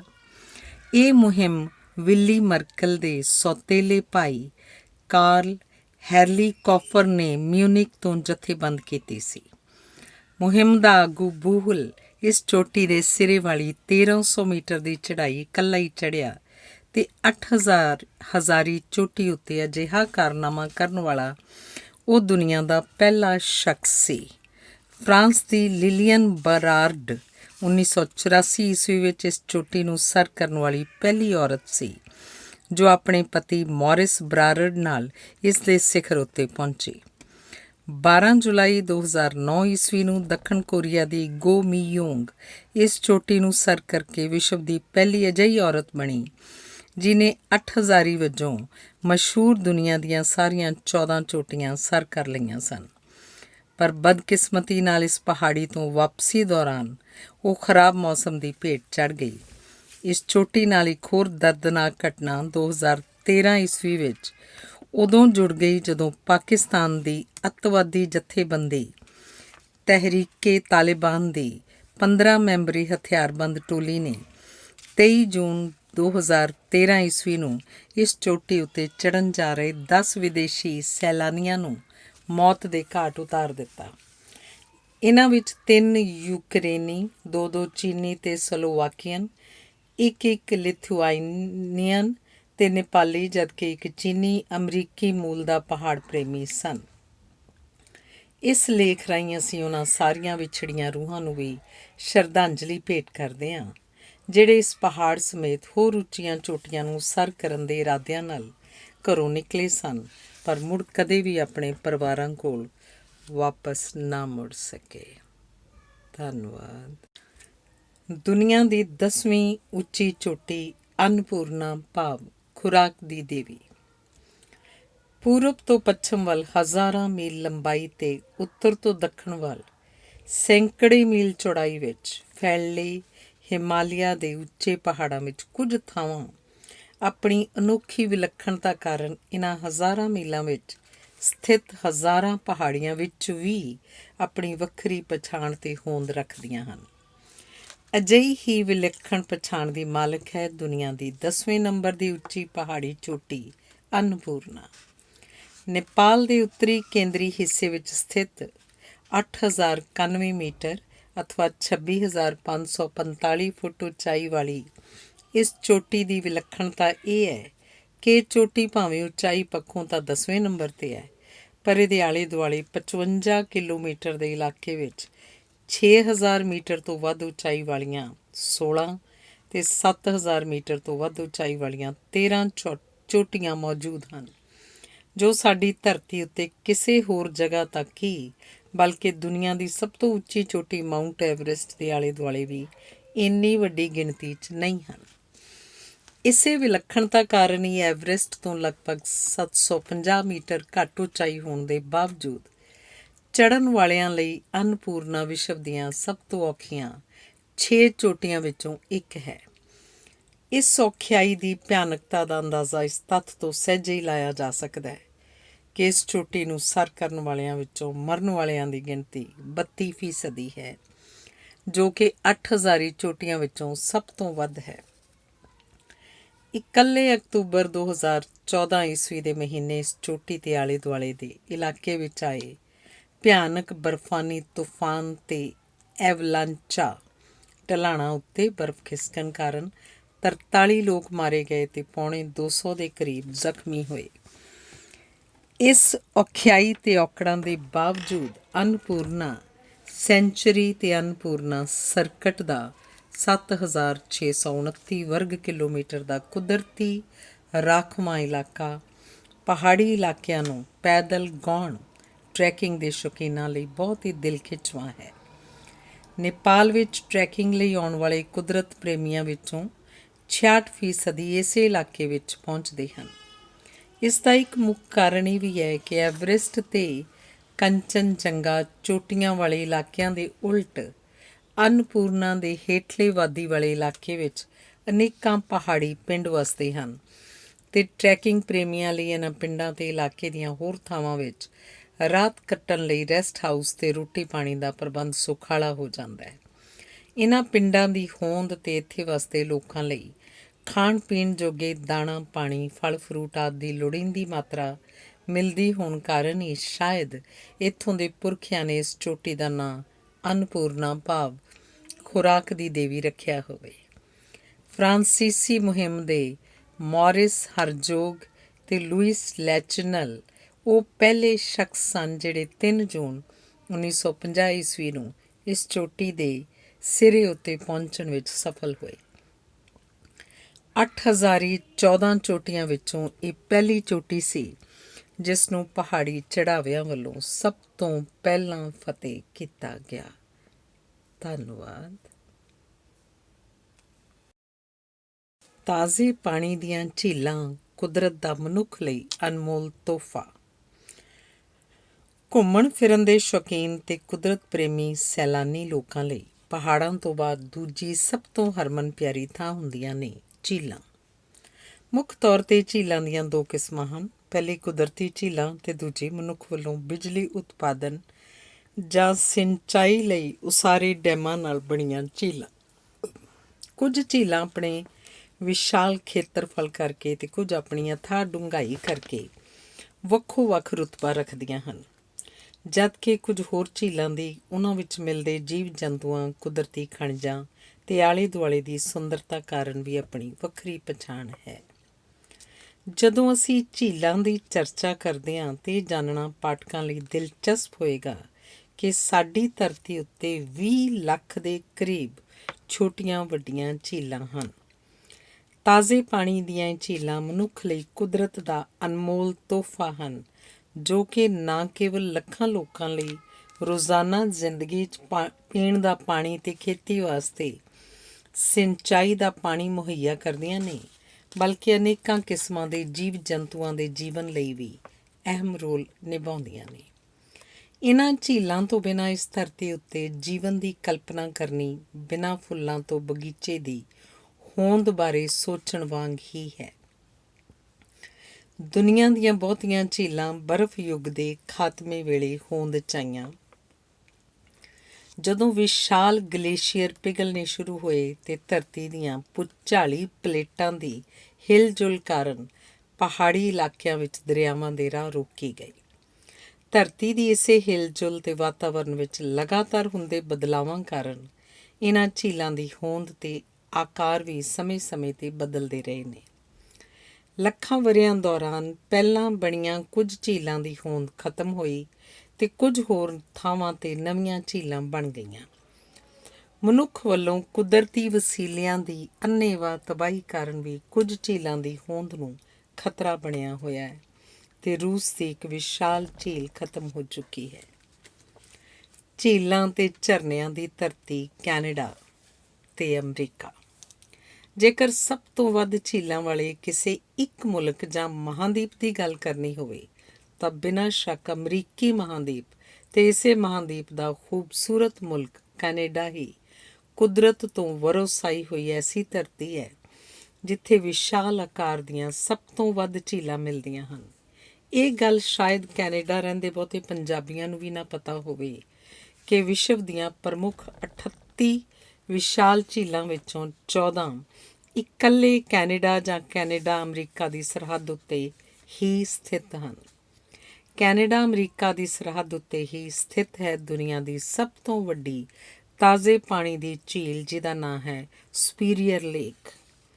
ਕੈਨੇਡਾ ਦੀ ਜਦੋਂ ਵੀ ਗੱਲ ਤੁਰਦੀ ਹੈ ਅਤੇ ਸਭ ਤੋਂ ਪਹਿਲਾਂ ਨਿਆਗਰਾ ਫਾਲ ਨਾਂ ਦਾ ਵਿਸ਼ਾਲ ਝਰਨਾ ਹੀ ਦਿਮਾਗ 'ਚ ਆਉਂਦਾ ਹੈ ਅਤੇ ਬਹੁ ਗਿਣਤੀ ਸਫ਼ਰਨਾਮਾ ਲੇਖਕ ਵੀ ਇਸੇ ਝਰਨੇ ਦਾ ਜ਼ਿਕਰ ਕਰਨਾ ਜ਼ਰੂਰੀ ਸਮਝਦੇ ਹਨ। ਕੈਨੇਡਾ ਦੀਆਂ ਵਿਸ਼ਾਲ ਝੀਲਾਂ ਦਾ ਜ਼ਿਕਰ ਕੋਈ ਟਾਵਾਂ ਟੱਲਾ ਲੇਖਕ ਅਤੇ ਸੈਲਾਨੀ ਹੀ ਕਰਦਾ ਹੈ, ਕਿਉਂਕਿ ਘੱਟੋ ਘੱਟ ਮੈਂ ਤਾਂ ਕਿਸੇ ਸਫ਼ਰਨਾਮੇ 'ਚ ਅਜੇ ਤੱਕ ਇਹਨਾਂ ਬਾਰੇ ਪੜ੍ਹਿਆ ਨਹੀਂ। ਕੈਨੇਡਾ ਦੀ ਐਟਲਸ ਮੁਤਾਬਕ ਇਸ ਮੁਲਕ ਵਿੱਚ 3 ਵਰਗ ਕਿਲੋਮੀਟਰ ਤੋਂ ਵੱਧ ਖੇਤਰਫਲ ਵਾਲੀਆਂ 31,752 ਝੀਲਾਂ ਹਨ, ਜਿਨ੍ਹਾਂ ਵਿੱਚੋਂ 561 ਝੀਲਾਂ ਦਾ ਖੇਤਰਫਲ 100 ਵਰਗ ਕਿਲੋਮੀਟਰ ਤੋਂ ਜ਼ਿਆਦਾ ਹੈ। ਝੀਲਾਂ ਦੀ ਹੋਂਦ ਦੇ ਪੱਖ ਤੋਂ ਦੂਜਾ ਸਥਾਨ ਰੂਸ ਅਤੇ ਇਸ ਤੋਂ ਵੱਖ ਹੋਏ ਕੁਝ ਮੁਲਕਾਂ ਦਾ ਹੈ, ਜਿਨ੍ਹਾਂ ਵਿੱਚ 8 ਵਿਸ਼ਾਲ ਝੀਲਾਂ ਮੌਜੂਦ ਹਨ। ਪੰਜਾਬ ਹਰਿਆਣਾ ਦੇ ਸਮੁੱਚੇ ਇਲਾਕੇ ਜਿੰਨੀ ਥਾਂ 'ਤੇ ਫੈਲੀ ਹੈ ਦੁਨੀਆ ਦੀ ਸਭ ਤੋਂ ਵੱਡੀ ਝੀਲ ਸੁਪੀਰੀਅਰ। ਭਾਰਤ ਵਿੱਚ ਝੀਲਾਂ ਦਾ ਜ਼ਿਕਰ ਆਉਂਦਿਆਂ ਹੀ ਸਭ ਤੋਂ ਪਹਿਲਾਂ ਲੋਕਾਂ ਦੀ ਜ਼ੁਬਾਨ ਉੱਤੇ ਜੰਮੂ ਕਸ਼ਮੀਰ ਦੀ ਡੱਲ ਝੀਲ ਦਾ ਹੀ ਨਾਂ ਆਉਂਦਾ ਹੈ। ਇਹਦਾ ਮੁੱਖ ਕਾਰਨ ਸ਼ਾਇਦ ਇਸ ਝੀਲ 'ਚ ਚੱਲਦੇ ਕਿਸ਼ਤੀ ਰੂਪੀ ਸ਼ਿਕਾਰੇ ਹੋਣ ਜਾਂ ਹਿੰਦੀ ਫਿਲਮਾਂ 'ਚ ਇਸ ਝੀਲ ਦਾ ਵਧੇਰੇ ਫਿਲਮਾਂਕਣ। ਪਰ ਜੇਕਰ ਦੁਨੀਆ ਦੀਆਂ ਦੂਜੀਆਂ ਝੀਲਾਂ ਨਾਲ ਇਸ ਦੀ ਤੁਲਨਾ ਕੀਤੀ ਜਾਏ ਤਾਂ ਇਹ ਉਹਨਾਂ ਦੇ ਕਿਤੇ ਨੇੜੇ ਤੇੜੇ ਵੀ ਨਹੀਂ ਢੁੱਕਦੀ। ਇਸ ਗੱਲ ਦਾ ਅੰਦਾਜ਼ਾ ਪਾਠਕ ਇਸ ਤੱਥ ਤੋਂ ਸਹਿਜੇ ਹੀ ਲਾ ਲੈਣਗੇ ਕਿ ਜਿੱਥੇ ਸਾਡੇ ਮੁਲਕ ਦੀ ਇਹ ਸਭ ਤੋਂ ਮਸ਼ਹੂਰ ਝੀਲ ਛੋਟੇ ਜਿਹੇ ਸੂਬੇ ਦਾ ਛੋਟਾ ਜਿਹਾ ਹਿੱਸਾ ਮਾਤਰ ਹੈ, ਉੱਥੇ ਦੁਨੀਆ ਦੀ ਸਭ ਤੋਂ ਵੱਡੀ ਤਾਜ਼ੇ ਪਾਣੀ ਦੀ ਝੀਲ ਸੁਪੀਰੀਅਰ ਪੰਜਾਬ ਅਤੇ ਹਰਿਆਣਾ ਦੇ ਸਮੁੱਚੇ ਖੇਤਰਫਲ ਜਿੰਨੀ ਥਾਂ ਵਿੱਚ ਫੈਲੀ ਹੋਈ ਹੈ। ਅਮਰੀਕਾ ਅਤੇ ਕੈਨੇਡਾ ਦੀ ਸਰਹੱਦ ਉੱਤੇ ਸਥਿਤ ਗਲੇਸ਼ੀਅਰ ਭਰੇ ਬਰਫੀਲੇ ਪਹਾੜੀ ਇਲਾਕਿਆਂ ਵਿੱਚ ਸਥਿਤ ਇਹ ਝੀਲ ਲਗਭਗ 82,103 ਵਰਗ ਕਿਲੋਮੀਟਰ ਇਲਾਕੇ 'ਚ ਫੈਲੀ ਹੋਈ ਹੈ, ਜਦਕਿ ਪੰਜਾਬ ਅਤੇ ਹਰਿਆਣਾ ਦਾ ਸਮੁੱਚਾ ਖੇਤਰਫਲ 94,574 ਵਰਗ ਕਿਲੋਮੀਟਰ ਹੈ। ਇਹਦਾ ਸਿੱਧਾ ਜਿਹਾ ਅਰਥ ਹੈ ਕਿ ਪੰਜਾਬ ਦੇ ਪਠਾਨਕੋਟ ਅਤੇ ਅਬੋਹਰ ਫਾਜ਼ਿਲਕਾ ਦੇ ਕੋਨਿਆਂ ਤੋਂ ਲੈ ਕੇ ਹਰਿਆਣਾ ਦੇ ਪਾਣੀਪਤ ਤੱਕ ਦੇ ਇਲਾਕੇ ਜਿੰਨੇ ਰਕਬੇ ਵਿੱਚ ਸੁਪੀਰੀਅਰ ਝੀਲ ਦਾ ਪਾਣੀ ਠਾਠਾਂ ਮਾਰ ਰਿਹਾ ਹੈ। ਕੈਨੇਡਾ ਦੇ ਓਨਟਾਰੀਓ ਤੇ ਅਮਰੀਕਾ ਦੇ ਮਿਨੇਸਟਾ, ਮਿਸ਼ੀਗਨ ਤੇ ਵਿਸਕਾਨਸਨ ਆਦਿ ਸੂਬਿਆਂ ਦੇ ਵਿਚਾਲੇ ਸਥਿਤ ਇਸ ਝੀਲ ਦੀ ਲੰਬਾਈ ਕਰੀਬ 560 ਕਿਲੋਮੀਟਰ ਤੇ ਚੌੜਾਈ 257 ਕਿਲੋਮੀਟਰ ਦੇ ਕਰੀਬ ਹੈ। ਝੀਲ ਦੇ ਆਲੇ ਦੁਆਲੇ ਸੂਬਿਆਂ 'ਚ ਵਸਦੇ ਸਥਾਨਕ ਲੋਕ ਇਸ ਨੂੰ ਗਿੱਚੀਗਾਮੀ ਦੇ ਨਾਂ ਨਾਲ ਵੀ ਪੁਕਾਰਦੇ ਹਨ। ਇਸ ਦਾ ਅਰਥ ਹੈ ਵਿਸ਼ਾਲ ਸਮੁੰਦਰ। ਇਸ ਦੀ ਵਿਸ਼ਾਲਤਾ ਦਾ ਅੰਦਾਜ਼ਾ ਇਸ ਗੱਲ ਤੋਂ ਸਹਿਜੇ ਹੀ ਲੱਗ ਸਕਦਾ ਹੈ ਕਿ ਖਰਾਬ ਮੌਸਮ ਦੌਰਾਨ ਇਸ ਝੀਲ ਵਿੱਚ ਵੀ ਸਮੁੰਦਰ ਵਾਂਗ ਹੀ 20 ਤੋਂ 30 ਫੁੱਟ ਤੱਕ ਉੱਚੀਆਂ ਲਹਿਰਾਂ ਉੱਠਦੀਆਂ ਰਹਿੰਦੀਆਂ ਹਨ ਅਤੇ ਇੱਕ ਕੋਨੇ ਤੋਂ ਦੂਜੇ ਕੋਨੇ ਤੱਕ ਸਫ਼ਰ ਲਈ ਡਲ ਝੀਲ ਵਰਗੇ ਸ਼ਿਕਾਰੀ ਨਹੀਂ ਬਲਕਿ ਛੋਟੇ ਆਕਾਰ ਦੇ ਸਮੁੰਦਰੀ ਜਹਾਜ਼ ਚੱਲਦੇ ਹਨ। ਸ਼ਾਇਦ ਇਸੇ ਕਰਕੇ ਸਥਾਨਕ ਲੋਕਾਂ ਨੇ ਇਸ ਦਾ ਨਾਂ ਵਿਸ਼ਾਲ ਸਮੁੰਦਰ ਰੱਖਿਆ ਹੋਵੇਗਾ। ਕਿਹਾ ਜਾਂਦਾ ਹੈ ਕਿ ਇਸ ਝੀਲ ਵਿੱਚ ਇੰਨਾ ਪਾਣੀ ਹੈ ਕਿ ਜੇਕਰ ਇਸ ਪਾਣੀ ਨੂੰ ਝੀਲ ਵਿੱਚੋਂ ਕੱਢ ਕੇ ਫੈਲਾਇਆ ਜਾਵੇ ਤਾਂ ਕੈਨੇਡਾ, ਅਮਰੀਕਾ ਅਤੇ ਬ੍ਰਾਜ਼ੀਲ, ਚਿਲੀ ਆਦਿ ਸਮੇਤ ਸਮੁੱਚੇ ਉੱਤਰੀ ਅਤੇ ਦੱਖਣੀ ਅਮਰੀਕਾ ਮਹਾਂਦੀਪ ਦੀ ਧਰਤੀ ਉੱਤੇ ਘੱਟੋ ਘੱਟ 1-1 ਫੁੱਟ ਪਾਣੀ ਖੜ੍ਹਾ ਹੋ ਜਾਏਗਾ। ਇੰਨੇ ਵਿਸ਼ਾਲ ਖੇਤਰ 'ਚ ਫੈਲੀ ਇਸ ਝੀਲ 'ਚ ਪਾਣੀ ਜਮ੍ਹਾਂ ਕਰਨ ਦਾ ਪ੍ਰਬੰਧ ਵੀ ਕੁਦਰਤ ਨੇ ਬਹੁਤ ਵੱਡੇ ਪੱਧਰ 'ਤੇ ਕੀਤਾ ਹੋਇਆ ਹੈ। ਇਸ ਇਲਾਕੇ ਵਿੱਚ 200 ਦੇ ਕਰੀਬ ਛੋਟੇ ਵੱਡੇ ਦਰਿਆ, ਪਹਾੜੀ ਇਲਾਕਿਆਂ ਦੇ ਗਲੇਸ਼ੀਅਰਾਂ ਤੋਂ ਇਲਾਵਾ ਮੀਂਹਾਂ ਦਾ ਪਾਣੀ ਲਿਆ ਕੇ ਇਸ ਝੀਲ ਵਿੱਚ ਜਮ੍ਹਾਂ ਕਰਦੇ ਨੇ ਅਤੇ ਇਹ ਪਾਣੀ ਇਸ ਝੀਲ ਤੋਂ ਅੱਗੇ ਹੋਰ ਦਰਿਆਵਾਂ ਰਾਹੀਂ ਹੀ ਦੂਜੀਆਂ ਨੇੜਲੀਆਂ ਝੀਲਾਂ ਵਿੱਚੋਂ ਹੁੰਦਾ ਹੋਇਆ ਅੱਗੇ ਵੱਧਦਾ ਰਹਿੰਦਾ ਹੈ। ਧੰਨਵਾਦ। ਅਫਰੀਕਾ ਦੇ 3 ਮੁਲਕਾਂ ਵਿਚਾਲੇ ਫੈਲੀ ਹੈ ਵਿਸ਼ਵ ਦੀ ਦੂਜੀ ਵੱਡੀ ਝੀਲ ਵਿਕਟੋਰੀਆ। ਤਾਜ਼ੇ ਪਾਣੀ ਦੀਆਂ ਸਭ ਤੋਂ ਵਿਸ਼ਾਲ ਝੀਲਾਂ ਵਿੱਚ ਦੂਜਾ ਨੰਬਰ ਆਉਂਦਾ ਹੈ ਅਫਰੀਕੀ ਮਹਾਂਦੀਪ ਦੀ ਵਿਕਟੋਰੀਆ ਝੀਲ ਦਾ, ਜੋ ਕਿ ਲਗਭਗ 337 ਕਿਲੋਮੀਟਰ ਲੰਬਾਈ ਅਤੇ 250 ਕਿਲੋਮੀਟਰ ਚੌੜਾਈ ਨਾਲ 69,485 ਵਰਗ ਕਿਲੋਮੀਟਰ ਇਲਾਕੇ ਵਿੱਚ ਫੈਲੀ ਹੋਈ ਹੈ। ਇਸ ਝੀਲ ਦੀ ਵਿਸ਼ਾਲਤਾ ਦਾ ਅੰਦਾਜ਼ਾ ਇਸ ਤੱਥ ਤੋਂ ਸਹਿਜੇ ਹੀ ਲਾਇਆ ਜਾ ਸਕਦਾ ਹੈ ਕਿ ਇਸ ਦੇ ਆਲੇ ਦੁਆਲੇ ਵਸਦੇ 3 ਮੁਲਕਾਂ ਦੇ ਲੋਕਾਂ ਦੇ ਆਉਣ ਜਾਣ ਲਈ ਫੈਰੀਆਂ ਦੀ ਆਵਾਜਾਈ ਵਾਸਤੇ ਝੀਲ ਦੇ ਕੰਢਿਆਂ ਉੱਤੇ 8 ਬੰਦਰਗਾਹਾਂ ਬਣੀਆਂ ਹੋਈਆਂ ਹਨ। ਇੰਨੀਆਂ ਬੰਦਰਗਾਹਾਂ ਸ਼ਾਇਦ ਸਮੁੰਦਰ ਨਾਲ ਲੱਗਦੇ ਕਈ ਮੁਲਕਾਂ ਦੇ ਸਮੁੰਦਰੀ ਕੰਢਿਆਂ ਉੱਤੇ ਵੀ ਨਾ ਬਣੀਆਂ ਹੋਣ। ਇਹ ਝੀਲ ਕੀਨੀਆ, ਯੂਗਾਂਡਾ, ਤਨਜ਼ਾਨੀਆ ਅਤੇ ਹੋਰ ਨੇੜਲੇ ਮੁਲਕਾਂ ਦੇ ਲੋਕਾਂ ਨੂੰ ਪਾਣੀ ਮੁਹੱਈਆ ਕਰਾ ਰਹੀ ਹੈ। ਇਹ ਦੁਨੀਆ ਦੀਆਂ ਸਭ ਤੋਂ ਪੇਤਲੀਆਂ ਭਾਵ ਘੱਟ ਡੂੰਘਾਈ ਵਾਲੀਆਂ ਝੀਲਾਂ ਵਿੱਚੋਂ ਇੱਕ ਹੈ ਅਤੇ ਇਸ ਦੀ ਔਸਤ ਡੂੰਘਾਈ ਸਿਰਫ 40 ਮੀਟਰ ਯਾਨੀ 130 ਫੁੱਟ ਦੇ ਕਰੀਬ ਹੀ ਹੈ, ਜਦਕਿ ਇੰਨੇ ਵੱਡੇ ਰਕਬੇ ਵਾਲੀਆਂ ਦੂਜੀਆਂ ਝੀਲਾਂ ਦੀ ਡੂੰਘਾਈ 250 ਤੋਂ 1300 ਫੁੱਟ ਤੱਕ ਵੀ ਹੈ। ਇੰਨੇ ਵਿਸ਼ਾਲ ਰਕਬੇ ਵਿੱਚ ਫੈਲੀ ਹੋਣ ਦੇ ਬਾਵਜੂਦ ਘੱਟ ਡੂੰਘਾਈ ਕਾਰਨ ਹੀ ਪਾਣੀ ਦੇ ਭੰਡਾਰ ਪੱਖੋਂ ਇਹ ਦੁਨੀਆ ਦੀਆਂ ਵੱਡੀਆਂ ਝੀਲਾਂ ਵਿੱਚੋਂ 9ਵੇਂ ਸਥਾਨ 'ਤੇ ਆਉਂਦੀ ਹੈ। ਸ਼ਾਇਦ ਇਹੀ ਕਾਰਨ ਹੈ ਕਿ ਕਰੀਬ 4 ਲੱਖ ਵਰ੍ਹੇ ਪਹਿਲਾਂ ਹੋਂਦ ਵਿੱਚ ਆਈ ਇਹ ਝੀਲ ਹੁਣ ਤੱਕ 3 ਵਾਰੀ ਪੂਰੀ ਤਰ੍ਹਾਂ ਖਾਲੀ ਹੋ ਕੇ ਸੁੱਕ ਚੁੱਕੀ ਹੈ। ਵਿਗਿਆਨੀਆਂ ਦੀ ਖੋਜ ਮੁਤਾਬਕ ਆਖਰੀ ਵਾਰੀ ਇਹ ਝੀਲ 17,300 ਵਰ੍ਹੇ ਪਹਿਲਾਂ ਪੂਰੀ ਤਰ੍ਹਾਂ ਸੁੱਕ ਗਈ ਸੀ ਅਤੇ ਕਰੀਬ 2600 ਸਾਲ ਦੇ ਸੋਕੇ ਤੋਂ ਬਾਅਦ ਮੁੜ ਭਰਨੀ ਸ਼ੁਰੂ ਹੋਈ, ਜੋ ਕਿ ਅੱਜ ਤੱਕ ਲਗਾਤਾਰ ਭਰੀ ਹੋਈ ਹੈ। ਭੂ-ਮੱਧ ਰੇਖਾ ਨੇੜਲੇ ਤਰ ਗਰਮ ਇਲਾਕੇ ਦੀ ਇਸ ਵਿਸ਼ਾਲ ਝੀਲ ਵਿੱਚ ਪਾਣੀ ਜਮ੍ਹਾਂ ਹੋਣ ਦਾ ਮੁੱਖ ਸਰੋਤ ਕੇਵਲ ਮੀਂਹ ਹੀ ਹਨ। ਇਸ ਝੀਲ ਦਾ 80% ਪਾਣੀ ਬਾਰਿਸ਼ਾਂ ਤੋਂ ਹੀ ਆਉਂਦਾ ਹੈ ਅਤੇ ਕੁਦਰਤ ਵੱਲੋਂ ਬਣਾਏ ਵਿਲੱਖਣ ਪ੍ਰਬੰਧ ਤਹਿਤ ਹਰ ਵਰ੍ਹੇ 6.5 ਫੁੱਟ ਤੋਂ 7.25 ਫੁੱਟ ਦੇ ਕਰੀਬ ਪਾਣੀ ਮੁੜ ਮੀਂਹ ਪੈਣ ਲਈ ਵਾਸ਼ਪੀਕਰਨ ਰਾਹੀਂ ਭਾਫ਼ ਬਣ ਕੇ ਹਵਾ 'ਚ ਜਾ ਰਲਦਾ ਹੈ। ਪਰ ਏਸ਼ੀਆਈ ਅਤੇ ਅਫਰੀਕੀ ਲੋਕਾਂ ਅਤੇ ਸਰਕਾਰਾਂ ਦੀ ਪ੍ਰਦੂਸ਼ਣ ਪ੍ਰਤੀ ਬੇਗੌਰੀ ਇਸ ਵਿਸ਼ਾਲ ਝੀਲ ਉੱਤੇ ਵੀ ਭਾਰੂ ਪੈ ਰਹੀ ਹੈ। ਪਿਛਲੇ 40-50 ਸਾਲਾਂ ਦੌਰਾਨ ਇਸ ਝੀਲ ਦੁਆਲੇ ਦੇ ਇਲਾਕਿਆਂ ਵਿੱਚ ਕਈ ਗੁਣਾ ਵਧੀ ਆਬਾਦੀ ਅਤੇ ਕਾਰਖਾਨਿਆਂ ਦਾ ਸੀਵਰੇਜ ਅਤੇ ਨਿਕਾਸੀ ਪਾਣੀ ਬਿਨਾਂ ਸੋਧੇ ਇਸ ਝੀਲ ਵਿੱਚ ਪੈਂਦਾ ਹੋਣ ਕਾਰਨ ਝੀਲ ਵਿਚਲੇ ਜੀਵ ਜੰਤੂਆਂ ਅਤੇ ਬਨਸਪਤੀ ਹੀ ਨਹੀਂ ਬਲਕਿ ਮਨੁੱਖਾਂ ਲਈ ਵੀ ਖਤਰਾ ਬਣ ਗਿਆ ਹੈ। 21 ਮਈ 1996 ਈਸਵੀ ਨੂੰ ਇਸ ਝੀਲ ਵਿੱਚ ਅਫਰੀਕੀ ਇਤਿਹਾਸ ਦਾ ਸਭ ਤੋਂ ਭਿਆਨਕ ਹਾਦਸਾ ਵਾਪਰਿਆ, ਜਦੋਂ MV ਬੁਕੋਵਾ ਨਾਂ ਦੀ ਵਿਸ਼ਾਲ ਫੈਰੀ ਡੁੱਬ ਜਾਣ ਕਾਰਨ 800 ਦੇ ਕਰੀਬ ਲੋਕ ਮਾਰੇ ਗਏ। ਧੰਨਵਾਦ। ਵਿਸ਼ਵ ਦੀ ਤੀਜੀ ਵੱਡੀ ਝੀਲ ਹੁਰੋਨ ਵਿੱਚ ਮੌਜੂਦ ਨੇ 30,000 ਛੋਟੇ ਵੱਡੇ ਟਾਪੂ। ਤਾਜ਼ੇ ਪਾਣੀ ਦੀਆਂ ਸਭ ਤੋਂ ਵਿਸ਼ਾਲ ਝੀਲਾਂ ਵਿੱਚ ਤੀਜਾ ਨੰਬਰ ਆਉਂਦਾ ਹੈ ਉੱਤਰੀ ਅਮਰੀਕਾ ਮਹਾਂਦੀਪ ਦੀ ਹੁਰੋਨ ਝੀਲ ਦਾ, ਜੋ ਕਿ ਲਗਭਗ 332 ਕਿਲੋਮੀਟਰ ਲੰਬਾਈ ਅਤੇ 295 ਕਿਲੋਮੀਟਰ ਚੌੜਾਈ ਨਾਲ 59,588 ਵਰਗ ਕਿਲੋਮੀਟਰ ਇਲਾਕੇ ਵਿੱਚ ਫੈਲੀ ਹੋਈ ਹੈ।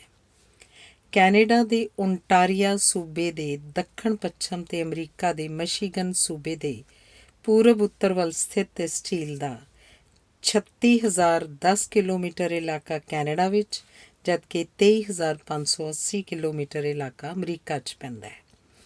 ਇਹ ਝੀਲ ਉੱਤਰੀ ਅਮਰੀਕਾ ਮਹਾਂਦੀਪ ਦੀਆਂ 5 ਵਿਸ਼ਾਲ ਝੀਲਾਂ ਵਿੱਚੋਂ ਇੱਕ ਹੈ ਅਤੇ ਇਸ ਦੀ ਡੂੰਘਾਈ ਸਭ ਤੋਂ ਡੂੰਘੇ ਥਾਂ ਉੱਤੇ 750 ਫੁੱਟ ਹੈ। ਹੁਰੋਨ ਝੀਲ ਨੂੰ ਇਹ ਨਾਂ ਸਦੀਆਂ ਪਹਿਲਾਂ ਇੱਥੇ ਪਹੁੰਚੇ ਫਰਾਂਸੀਸੀ ਖੋਜੀਆਂ ਨੇ ਇਸ ਇਲਾਕੇ ਵਿੱਚ ਕਰੋੜਾਂ ਸਾਲਾਂ ਤੋਂ ਰਹਿੰਦੇ ਹੁਰੋਨ ਆਦਿਵਾਸੀਆਂ ਦੀ ਯਾਦ ਵਿੱਚ ਦਿੱਤਾ ਸੀ। ਇਹ ਫਰਾਂਸੀਸੀ ਖੋਜੀ ਇਸ ਨੂੰ ਫਰਾਂਸੀਸੀ ਭਾਸ਼ਾ ਵਿੱਚ ਲਾ ਮੇਰੀ ਡਾਊਸ ਵੀ ਆਖਦੇ ਸਨ, ਜਿਸ ਦਾ ਅਰਥ ਹੈ ਤਾਜ਼ੇ ਪਾਣੀ ਦਾ ਸਮੁੰਦਰ। 1656 ਈਸਵੀ ਵਿੱਚ ਫਰਾਂਸ ਦੇ ਨਾਮਵਰ ਨਕਸ਼ਾ ਨਵੀਸ ਵੱਲੋਂ ਇਸ ਇਲਾਕੇ ਦੇ ਤਿਆਰ ਕੀਤੇ ਨਕਸ਼ੇ ਵਿੱਚ ਇਸ ਝੀਲ ਦਾ ਜ਼ਿਕਰ ਕੈਰੇਗਨੌਂਦੀ ਵਜੋਂ ਕੀਤਾ ਹੈ, ਜੋ ਕਿ ਇਸ ਇਲਾਕੇ ਦੇ ਹੁਰੋਨ ਆਦਿਵਾਸੀਆਂ ਵੱਲੋਂ ਬੋਲੀ ਜਾਂਦੀ ਵਾਇਨਦੋਤ ਭਾਸ਼ਾ ਦਾ ਸ਼ਬਦ ਹੈ। ਦੁਨੀਆ ਦੀ ਸਭ ਤੋਂ ਵਿਸ਼ਾਲਤਮ ਝੀਲ ਸੁਪੀਰੀਅਰ ਦੇ ਨੇੜੇ ਹੀ ਸਥਿਤ ਝੀਲ ਹੁਰੋਨ ਭਾਵੇਂ ਆਪਣੀ ਵੱਖਰੀ ਹੋਂਦ ਰੱਖਦੀ ਹੈ, ਪਰ ਉੱਤਰ ਵਾਲੇ ਪਾਸੇ ਇੱਕ 8 ਕਿਲੋਮੀਟਰ ਚੌੜੇ ਅਤੇ 125 ਫੁੱਟ ਡੂੰਘੇ ਲਾਂਘੇ ਰਾਹੀਂ ਇਸ ਦਾ ਪਾਣੀ ਪੱਛਮ ਵੱਲ ਸਥਿਤ ਮਸ਼ਹੂਰ ਝੀਲ ਮਿਸ਼ੀਗਨ ਦੇ ਨਾਲ ਸਾਂਝ ਪਾਉਂਦਾ ਹੈ। ਇਸ ਝੀਲ ਦੀ ਵਿਸ਼ਾਲਤਾ ਦਾ ਅੰਦਾਜ਼ਾ ਇਸ ਤੱਥ ਤੋਂ ਸਹਿਜੇ ਹੀ ਲਾਇਆ ਜਾ ਸਕਦਾ ਹੈ ਕਿ ਇਸ ਦੇ ਅੰਦਰ 30,000 ਛੋਟੇ ਵੱਡੇ ਟਾਪੂ ਮੌਜੂਦ ਨੇ, ਜਿਨ੍ਹਾਂ ਵਿੱਚੋਂ ਸਭ ਤੋਂ ਵੱਡੇ ਟਾਪੂ ਦਾ ਨਾਂ ਮੈਨੀਟੋਲਨ ਹੈ, ਜੋ ਕਿ ਤਾਜ਼ੇ ਪਾਣੀਆਂ ਵਿੱਚ ਦੁਨੀਆ ਦਾ ਸਭ ਤੋਂ ਵੱਡਾ ਟਾਪੂ ਹੈ। ਇਸ ਟਾਪੂ ਉੱਤੇ 12,000 ਦੇ ਕਰੀਬ ਲੋਕ ਵੀ ਵਸਦੇ ਨੇ। ਧਰਤੀ ਉਤਲੇ ਆਮ ਸ਼ਹਿਰਾਂ ਵਾਂਗ ਹੀ ਬਹੁਮੰਜ਼ਲੀਆਂ ਇਮਾਰਤਾਂ ਅਤੇ ਬਾਜ਼ਾਰਾਂ ਵਾਲੇ ਕਈ ਸ਼ਹਿਰ ਇਸ ਟਾਪੂ ਉੱਤੇ ਵਸੇ ਹੋਏ ਨੇ। ਜੇਕਰ ਕਿਸੇ ਅਜਨਬੀ ਨੂੰ ਹਵਾਈ ਰਸਤੇ ਰਾਹੀਂ ਸਿੱਧਾ ਇਸ ਟਾਪੂ ਉੱਤੇ ਵਸੇ ਸ਼ਹਿਰ ਸਾਰਨੀਆ ਵਿੱਚ ਲਿਜਾ ਕੇ ਉਤਾਰ ਦਿੱਤਾ ਜਾਵੇ, ਤਾਂ ਸ਼ਹਿਰ ਦੀਆਂ ਬਹੁਮੰਜ਼ਲੀਆਂ ਇਮਾਰਤਾਂ ਅਤੇ ਬਾਜ਼ਾਰਾਂ ਵਿੱਚ ਘੁੰਮਦਿਆਂ ਉਹ ਸੁਪਨੇ ਵਿੱਚ ਵੀ ਨਹੀਂ ਸੋਚ ਸਕਦਾ ਕਿ ਉਹ ਕਿਸੇ ਮੁਲਕ ਦੇ ਆਮ ਸ਼ਹਿਰ ਦੀ ਬਜਾਏ ਇੱਕ ਝੀਲ ਦੇ ਅੰਦਰ ਵੱਡੇ ਟਾਪੂ ਉੱਤੇ ਵਸੇ ਸ਼ਹਿਰ 'ਚ ਘੁੰਮ ਰਿਹਾ ਹੈ। ਇਸ ਤੋਂ ਇਲਾਵਾ ਝੀਲ ਦੇ ਕੈਨੇਡਾ ਵਾਲੇ ਹਿੱਸੇ ਵਿੱਚ ਇੱਕ ਹੋਰ ਸ਼ਹਿਰ ਸਾਊਗੀਨ ਸ਼ੋਰਜ਼, ਜਦਕਿ ਅਮਰੀਕਾ ਵੱਲ ਦੇ ਹਿੱਸੇ 'ਚ ਬੇ ਸਿਟੀ, ਪੋਰਟ ਹੁਰੋਨ ਅਤੇ ਅਲਪੇਨਾ ਵੀ ਵਸੇ ਹੋਏ ਹਨ। ਹੋਰ ਵੀ ਦਿਲਚਸਪ ਗੱਲ ਇਹ ਹੈ ਕਿ ਝੀਲ ਵਿਚਲੇ ਇਸ ਮੈਨੀਟੋਲਨ ਟਾਪੂ ਉੱਤੇ ਭਾਖੜਾ ਡੈਮ ਦੀ ਗੋਬਿੰਦ ਸਾਗਰ ਝੀਲ ਅਤੇ ਡਲ ਝੀਲ ਵਰਗੀਆਂ 100 ਦੇ ਕਰੀਬ ਛੋਟੀਆਂ-ਛੋਟੀਆਂ ਝੀਲਾਂ ਮੌਜੂਦ ਹਨ। ਜਿਵੇਂ ਕਿ ਜ਼ਿਕਰ ਕੀਤਾ ਗਿਆ ਹੈ ਕਿ ਆਦਿਵਾਸੀ ਲੋਕ ਇਸ ਨੂੰ ਤਾਜ਼ੇ ਪਾਣੀ ਦਾ ਸਮੁੰਦਰ ਆਖਦੇ ਸਨ, ਉਹ ਸ਼ਾਇਦ ਇਸੇ ਕਰਕੇ ਕਹਿੰਦੇ ਹੋਣ ਕਿ ਇਸ ਵਿਸ਼ਾਲ ਝੀਲ ਵਿੱਚ ਵੀ ਸਮੁੰਦਰ ਵਾਂਗ ਹੀ ਭਿਆਨਕ ਲਹਿਰਾਂ ਉੱਠਦੀਆਂ ਹਨ ਅਤੇ ਕਈ ਵਾਰ ਤਾਂ ਭਿਆਨਕ ਤੂਫਾਨ ਵੀ ਆ ਜਾਂਦੇ ਹਨ, ਜਿਹੜੇ ਕਰੋੜਾਂ ਰੁਪਏ ਦਾ ਮਾਲੀ ਅਤੇ ਜਾਨੀ ਨੁਕਸਾਨ ਵੀ ਕਰ ਜਾਂਦੇ ਹਨ। ਅਜਿਹੀ ਹੀ ਇੱਕ ਭਿਆਨਕ ਤੂਫਾਨ ਨੇ 9 ਨਵੰਬਰ 1913 ਈਸਵੀ ਨੂੰ ਇਸ ਝੀਲ ਵਿੱਚ ਵੱਡੀ ਤਬਾਹੀ ਮਚਾ ਦਿੱਤੀ ਸੀ। ਲਗਾਤਾਰ 16 ਘੰਟੇ ਤੱਕ ਝੁੱਲੇ ਇਸ ਤੂਫਾਨ ਕਾਰਨ ਇਸ ਝੀਲ ਵਿੱਚ ਚੱਲਦੇ ਪਾਣੀ ਵਾਲੇ 10 ਸਮੁੰਦਰੀ ਜਹਾਜ਼ ਡੁੱਬ ਗਏ ਸਨ ਅਤੇ ਤੂਫਾਨ ਕਾਰਨ ਪੈਦਾ ਹੋਈਆਂ ਪਾਣੀ ਦੀਆਂ ਵੱਡੀਆਂ ਛੱਲਾਂ ਨੇ 20 ਤੋਂ ਵੱਧ ਜਹਾਜ਼ ਝੀਲ ਵਿੱਚੋਂ ਬਾਹਰ ਕਿਨਾਰੇ 'ਤੇ ਸੁੱਟ ਦਿੱਤੇ ਸਨ। ਇਸ ਤੂਫਾਨ ਵਿੱਚ 235 ਲੋਕਾਂ ਦੀ ਜਾਨ ਚਲੀ ਗਈ। ਇਸ ਝੀਲ ਵਿੱਚ ਆਉਂਦੇ ਤੂਫਾਨਾਂ ਨਾਲ ਹੁੰਦੀ ਤਬਾਹੀ ਦਾ ਅੰਦਾਜ਼ਾ ਇਸ ਗੱਲ ਤੋਂ ਵੀ ਲਾਇਆ ਜਾ ਸਕਦਾ ਹੈ ਕਿ ਪਿਛਲੇ ਕਰੀਬ 400 ਸਾਲਾਂ ਦੌਰਾਨ ਇਸ ਝੀਲ 'ਚ ਡੁੱਬੇ ਅਤੇ ਤਬਾਹ ਹੋਏ 1000 ਤੋਂ ਵੀ ਵੱਧ ਜਹਾਜ਼ਾਂ ਦਾ ਮਲਬਾ ਅਜੇ ਵੀ ਝੀਲ ਵਿੱਚ ਮੌਜੂਦ ਹੈ। ਵਿਸ਼ਵ ਦੀ ਚੌਥੀ ਵੱਡੀ ਝੀਲ ਮਿਸ਼ਗਨ ਦੇ ਦੁਆਲੇ ਵਸੇ ਹੋਏ ਨੇ 68 ਸ਼ਹਿਰ ਕਸਬੇ। ਚੌਥੇ ਨੰਬਰ ਦੀ ਝੀਲ ਮਿਸ਼ੀਗਨ ਉੱਤਰੀ ਅਮਰੀਕਾ ਮਹਾਂਦੀਪ ਦੀਆਂ ਸਭ ਤੋਂ ਵਿਸ਼ਾਲ 5 ਝੀਲਾਂ ਵਿੱਚੋਂ ਇੱਕ ਹੈ, ਪਰ ਇਹ ਆਪਣੇ ਨੇੜਲੀਆਂ ਦੂਜੀਆਂ ਝੀਲਾਂ ਸੁਪੀਰੀਅਰ ਤੇ ਹੁਰੋਨ ਵਾਂਗ ਕੈਨੇਡਾ ਅਮਰੀਕਾ ਸਰਹੱਦ ਦੇ ਆਰ-ਪਾਰ ਹੋਣ ਦੀ ਬਜਾਏ ਪੂਰੀ ਦੀ ਪੂਰੀ ਅਮਰੀਕਾ ਦੀ ਧਰਤੀ ਉੱਤੇ ਹੀ ਸਥਿਤ ਹੈ। ਲਗਭਗ 494 ਕਿਲੋਮੀਟਰ ਲੰਬਾਈ ਤੇ 190 ਕਿਲੋਮੀਟਰ ਚੌੜਾਈ ਨਾਲ 58,030 ਵਰਗ ਕਿਲੋਮੀਟਰ ਇਲਾਕੇ 'ਚ ਫੈਲੀ ਹੋਈ ਹੈ। ਮੋਟੇ ਜਿਹੇ ਹਿਸਾਬ ਨਾਲ ਸਮਝੀਏ ਤਾਂ ਇਸ ਝੀਲ ਦਾ ਪਾਣੀ ਭਾਰਤੀ ਪੰਜਾਬ ਤੋਂ ਵੀ ਵੱਡੇ ਰਕਬੇ ਵਿੱਚ ਠਾਠਾਂ ਮਾਰ ਰਿਹਾ ਹੈ ਤੇ ਅਮਰੀਕਾ ਦੇ ਸੂਬੇ ਵੈਸਟ ਵਰਜੀਨੀਆ ਤੋਂ ਥੋੜ੍ਹੀ ਜਿਹੀ ਛੋਟੀ ਹੈ। ਆਪਣੀਆਂ ਦੋਵੇਂ ਨੇੜਲੀਆਂ ਝੀਲਾਂ ਤੋਂ ਵੱਧ ਡੂੰਘਾਈ ਵਾਲੀ ਝੀਲ ਦੀ ਸਭ ਤੋਂ ਡੂੰਘੀ ਥਾਂ 923 ਫੁੱਟ ਤੱਕ ਡੂੰਘੀ ਹੈ ਤੇ ਇਸੇ ਡੂੰਘਾਈ ਕਾਰਨ ਦੂਜੀਆਂ ਗੁਆਂਢੀ ਝੀਲਾਂ ਨਾਲੋਂ ਆਕਾਰ ਵਿੱਚ ਹਜ਼ਾਰਾਂ ਵਰਗ ਕਿਲੋਮੀਟਰ ਛੋਟੀ ਹੋਣ ਦੇ ਬਾਵਜੂਦ ਇਸ ਵਿਚਲੇ ਪਾਣੀ ਦਾ ਭੰਡਾਰ ਇਹਨਾਂ ਦੋਵਾਂ ਨਾਲੋਂ ਕਾਫੀ ਜ਼ਿਆਦਾ ਹੈ।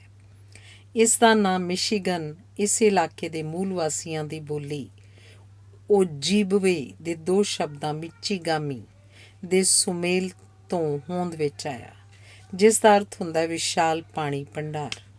ਅਮਰੀਕਾ ਦੇ 4 ਸੂਬਿਆਂ ਵਿਸਕਾਨਸਨ, ਇਲੀਨੋਇਸ, ਇੰਡੀਆਨਾ ਤੇ ਮਿਸ਼ੀਗਨ ਵਿੱਚ ਫੈਲੀ ਇਸ ਝੀਲ ਦਾ ਸਭ ਤੋਂ ਵੱਧ ਰਕਬਾ 34,284 ਵਰਗ ਕਿਲੋਮੀਟਰ ਮਿਸ਼ੀਗਨ ਸੂਬੇ ਵਿੱਚ ਹੀ ਪੈਂਦਾ ਹੈ ਤੇ 19,054 ਵਰਗ ਕਿਲੋਮੀਟਰ ਵਿਸਕਾਨਸਨ ਸੂਬੇ ਦੀ ਹੱਦ ਵਿੱਚ ਹੈ, ਜਦਕਿ ਬਾਕੀ ਬਚਦਾ ਇੰਡੀਆਨਾ ਤੇ ਇਲੀਨੋਇਸ ਵਿੱਚ ਹੈ।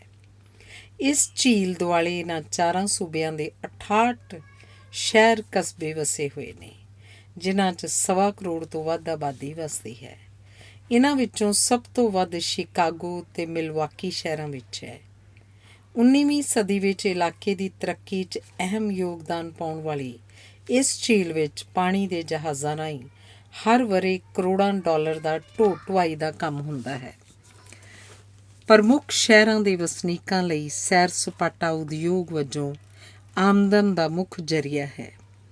ਇਸ ਝੀਲ ਦੇ ਅੰਦਰ ਸਥਿਤ ਸੈਂਕੜੇ ਛੋਟੇ ਵੱਡੇ ਟਾਪੂਆਂ ਤੇ ਝੀਲ ਦੇ ਕੰਢਿਆਂ ਉੱਤੇ 7 ਨੈਸ਼ਨਲ ਪਾਰਕਾਂ ਦੇ ਤੇ ਜੀਵ ਜੰਤੂ ਰੱਖਾਂ ਤੋਂ ਇਲਾਵਾ ਇਹਨਾਂ ਸੂਬਿਆਂ ਦੀਆਂ ਸਰਕਾਰਾਂ ਤੇ ਮਿਊਨਸਿਪਲ ਕਮੇਟੀਆਂ ਵੱਲੋਂ ਬਣਾਏ 30 ਵਿਸ਼ੇਸ਼ ਪਾਰਕ ਮੌਜੂਦ ਹਨ। ਇੱਕ ਹੋਰ ਦਿਲਚਸਪ ਜਾਣਕਾਰੀ ਮੁਤਾਬਿਕ ਜਿੱਥੇ ਭਾਰਤ ਵਿੱਚ ਪਿਛਲੇ ਕੁਝ ਸਾਲਾਂ ਤੋਂ ਦਰਿਆਵਾਂ ਤੇ ਨੀਵੇਂ ਪਹਾੜਾਂ ਟਿੱਲਿਆਂ ਨੂੰ ਰੇਤਾ ਬਾਜ਼ਾਰੀ ਮਾਫੀਆ ਵੱਲੋਂ ਵੱਡੀ ਪੱਧਰ 'ਤੇ ਤਬਾਹ ਕੀਤਾ ਜਾ ਰਿਹਾ ਹੈ, ਉੱਥੇ ਮਿਸ਼ੀਗਨ ਝੀਲ ਵਿਚਲੇ ਟਾਪੂਆਂ ਤੇ ਇਸ ਝੀਲ ਦੇ ਕੰਢਿਆਂ ਉੱਪਰ ਚਿੱਟੇ ਭੂਰੇ ਰੇਤ ਦੇ ਟਿੱਬਿਆਂ ਨੂੰ ਹੀ ਅਮਰੀਕਨ ਸਰਕਾਰਾਂ ਨੇ ਨੈਸ਼ਨਲ ਤੇ ਸਟੇਟ ਪਾਰਕਾਂ ਵਜੋਂ ਰਾਖਵੇਂ ਕਰਕੇ ਇਹਨਾਂ ਨੂੰ ਝੀਲ ਉੱਤੇ ਦੂਰ ਦਰਾਡੇ ਤੋਂ ਪਹੁੰਚਣ ਵਾਲੇ ਕੁਦਰਤ ਪ੍ਰੇਮੀ ਸੈਲਾਨੀਆਂ ਲਈ ਖਿੱਚ ਦਾ ਕੇਂਦਰ ਬਣਾ ਰੱਖਿਆ ਹੈ। ਇਸ ਝੀਲ ਨਾਲ ਅਜਿਹੇ ਅੱਧੀ ਦਰਜਨ ਦੇ ਕਰੀਬ ਪਾਰਕ ਜੁੜੇ ਹੋਏ ਨੇ। ਇਸ ਤੋਂ ਇਲਾਵਾ ਦੇਸ਼ ਵਿਦੇਸ਼ ਤੋਂ ਆਉਂਦੇ ਸੈਲਾਨੀਆਂ ਲਈ ਇਸ ਝੀਲ ਵਿੱਚ ਕਈ ਤਰ੍ਹਾਂ ਦੀਆਂ ਪਾਣੀ ਵਾਲੀਆਂ ਖੇਡਾਂ ਦੇ ਵੀ ਬੜੇ ਖਾਸ ਪ੍ਰਬੰਧ ਨੇ ਤੇ ਹਰ ਸਾਲ ਇਹਨਾਂ ਖੇਡਾਂ ਦੇ ਕੌਮੀ ਤੇ ਕੌਮਾਂਤਰੀ ਮੁਕਾਬਲੇ ਹੁੰਦੇ ਰਹਿੰਦੇ ਨੇ, ਜਿਨ੍ਹਾਂ ਨੂੰ ਵੇਖਣ ਲਈ ਹਜ਼ਾਰਾਂ ਖੇਡ ਪ੍ਰੇਮੀ ਵੀ ਪਹੁੰਚਦੇ ਹਨ। ਧੰਨਵਾਦ। ਵਿਸ਼ਵ ਦੀ 5ਵੀਂ ਵੱਡੀ ਝੀਲ ਟੈਂਗਾਨੀਕਾ 'ਚ ਮੌਜੂਦ ਨੇ ਕਈ ਹੋਰ ਅਹਿਮ ਵਿਲੱਖਣਤਾਵਾਂ। ਅਫਰੀਕੀ ਮਹਾਂਦੀਪ 'ਚ ਸਥਿਤ ਝੀਲ ਟੈਂਗਾਨੀਕਾ ਦਾ ਖੇਤਰਫਲ ਪੱਖੋਂ ਭਾਵੇਂ ਤਾਜ਼ੇ ਪਾਣੀ ਦੀਆਂ ਸਭ ਤੋਂ ਵਿਸ਼ਾਲ ਝੀਲਾਂ ਵਿੱਚ 5ਵਾਂ ਨੰਬਰ ਹੀ ਆਉਂਦਾ ਹੈ, ਪਰ ਇਹ ਝੀਲ ਵਿਸ਼ਵ ਦੀਆਂ ਸਭ ਤੋਂ ਪੁਰਾਣੀਆਂ ਝੀਲਾਂ ਵਿੱਚ ਦੂਜੇ ਸਥਾਨ 'ਤੇ ਹੈ ਤੇ ਡੂੰਘਾਈ ਪੱਖੋਂ ਵੀ ਇਸ ਦਾ ਦੂਜਾ ਸਥਾਨ ਹੈ। ਸ਼ਕਰਕੰਦੀ ਦੇ ਆਕਾਰ ਵਰਗੀ ਇਹ ਝੀਲ ਲੰਬਾਈ ਪੱਖੋਂ ਲਗਭਗ 673 ਕਿਲੋਮੀਟਰ ਤੇ ਚੌੜਾਈ ਵਿੱਚ ਸਿਰਫ 72 ਕਿਲੋਮੀਟਰ ਹੀ ਹੈ। ਆਪਣੀ ਇਸ ਲੰਬਾਈ ਕਾਰਨ ਇਹ ਦੁਨੀਆ ਦੀ ਸਭ ਤੋਂ ਲੰਬੀ ਝੀਲ ਦਾ ਖਿਤਾਬ ਵੀ ਰੱਖਦੀ ਹੈ। ਇਹ ਝੀਲ ਅਫਰੀਕੀ ਮਹਾਂਦੀਪ ਦੇ 4 ਮੁਲਕਾਂ Tanzania, Democratic Republic of Congo, Burundi ਤੇ ਜ਼ਾਂਬੀਆ ਦੇ ਸਰਹੱਦੀ ਇਲਾਕਿਆਂ 'ਚ 32,893 ਵਰਗ ਕਿਲੋਮੀਟਰ ਇਲਾਕੇ 'ਚ ਫੈਲੀ ਹੋਈ ਹੈ।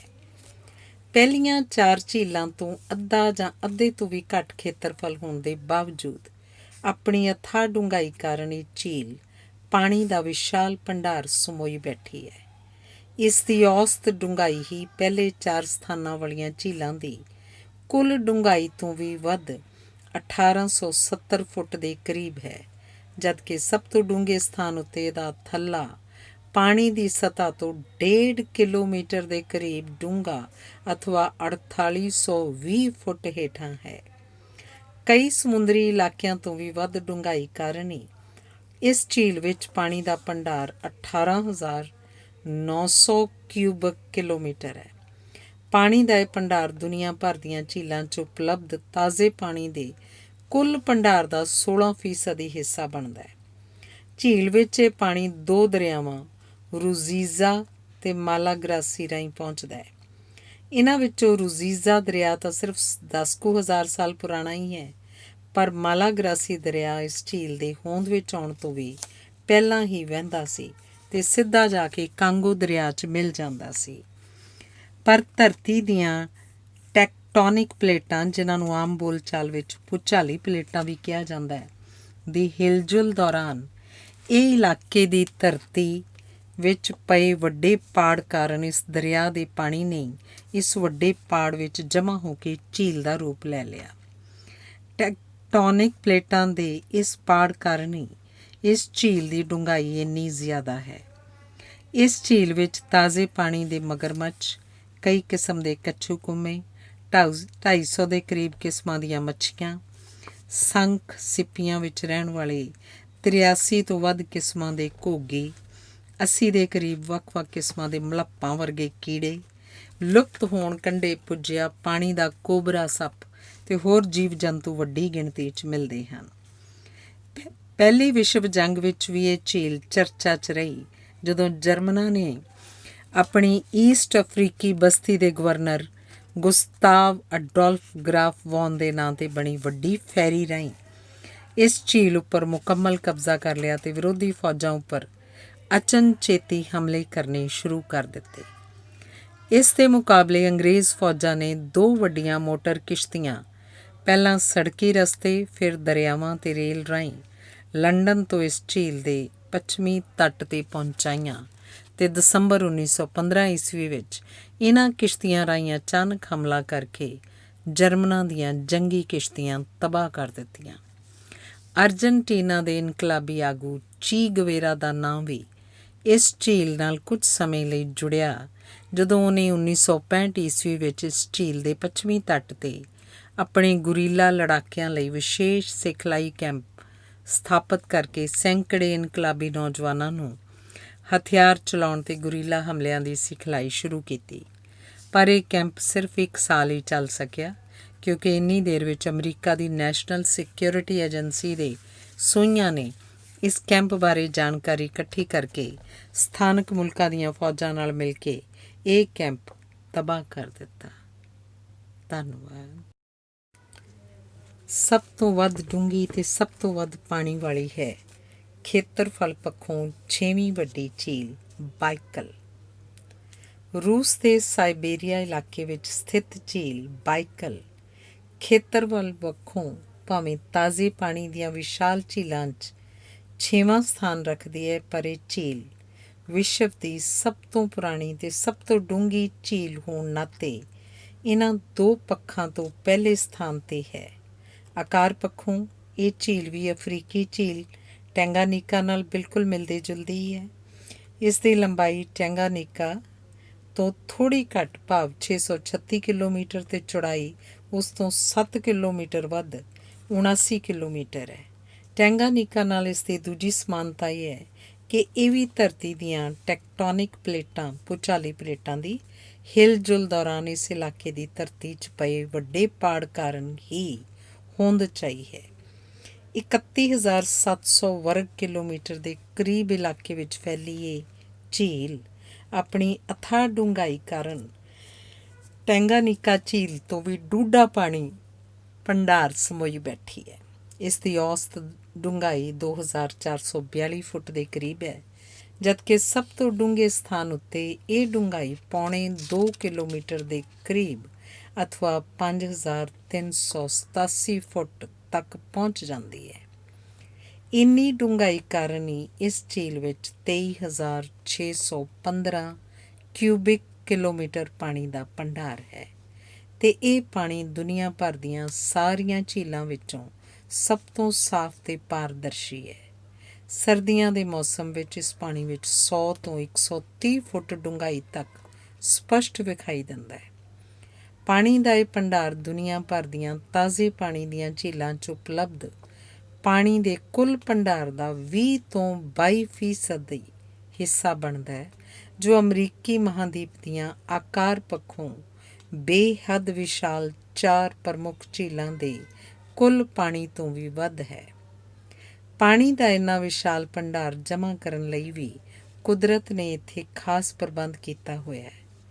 330 ਦੇ ਕਰੀਬ ਛੋਟੇ ਵੱਡੇ ਦਰਿਆ, ਨਦੀਆਂ, ਨਾਲੇ ਆਦਿ ਆਲੇ ਦੁਆਲੇ ਦੇ ਪਹਾੜੀ ਇਲਾਕਿਆਂ ਤੋਂ ਪਾਣੀ ਲਿਆ ਕੇ ਇਸ ਝੀਲ ਵਿੱਚ ਪਾਉਂਦੇ ਹਨ।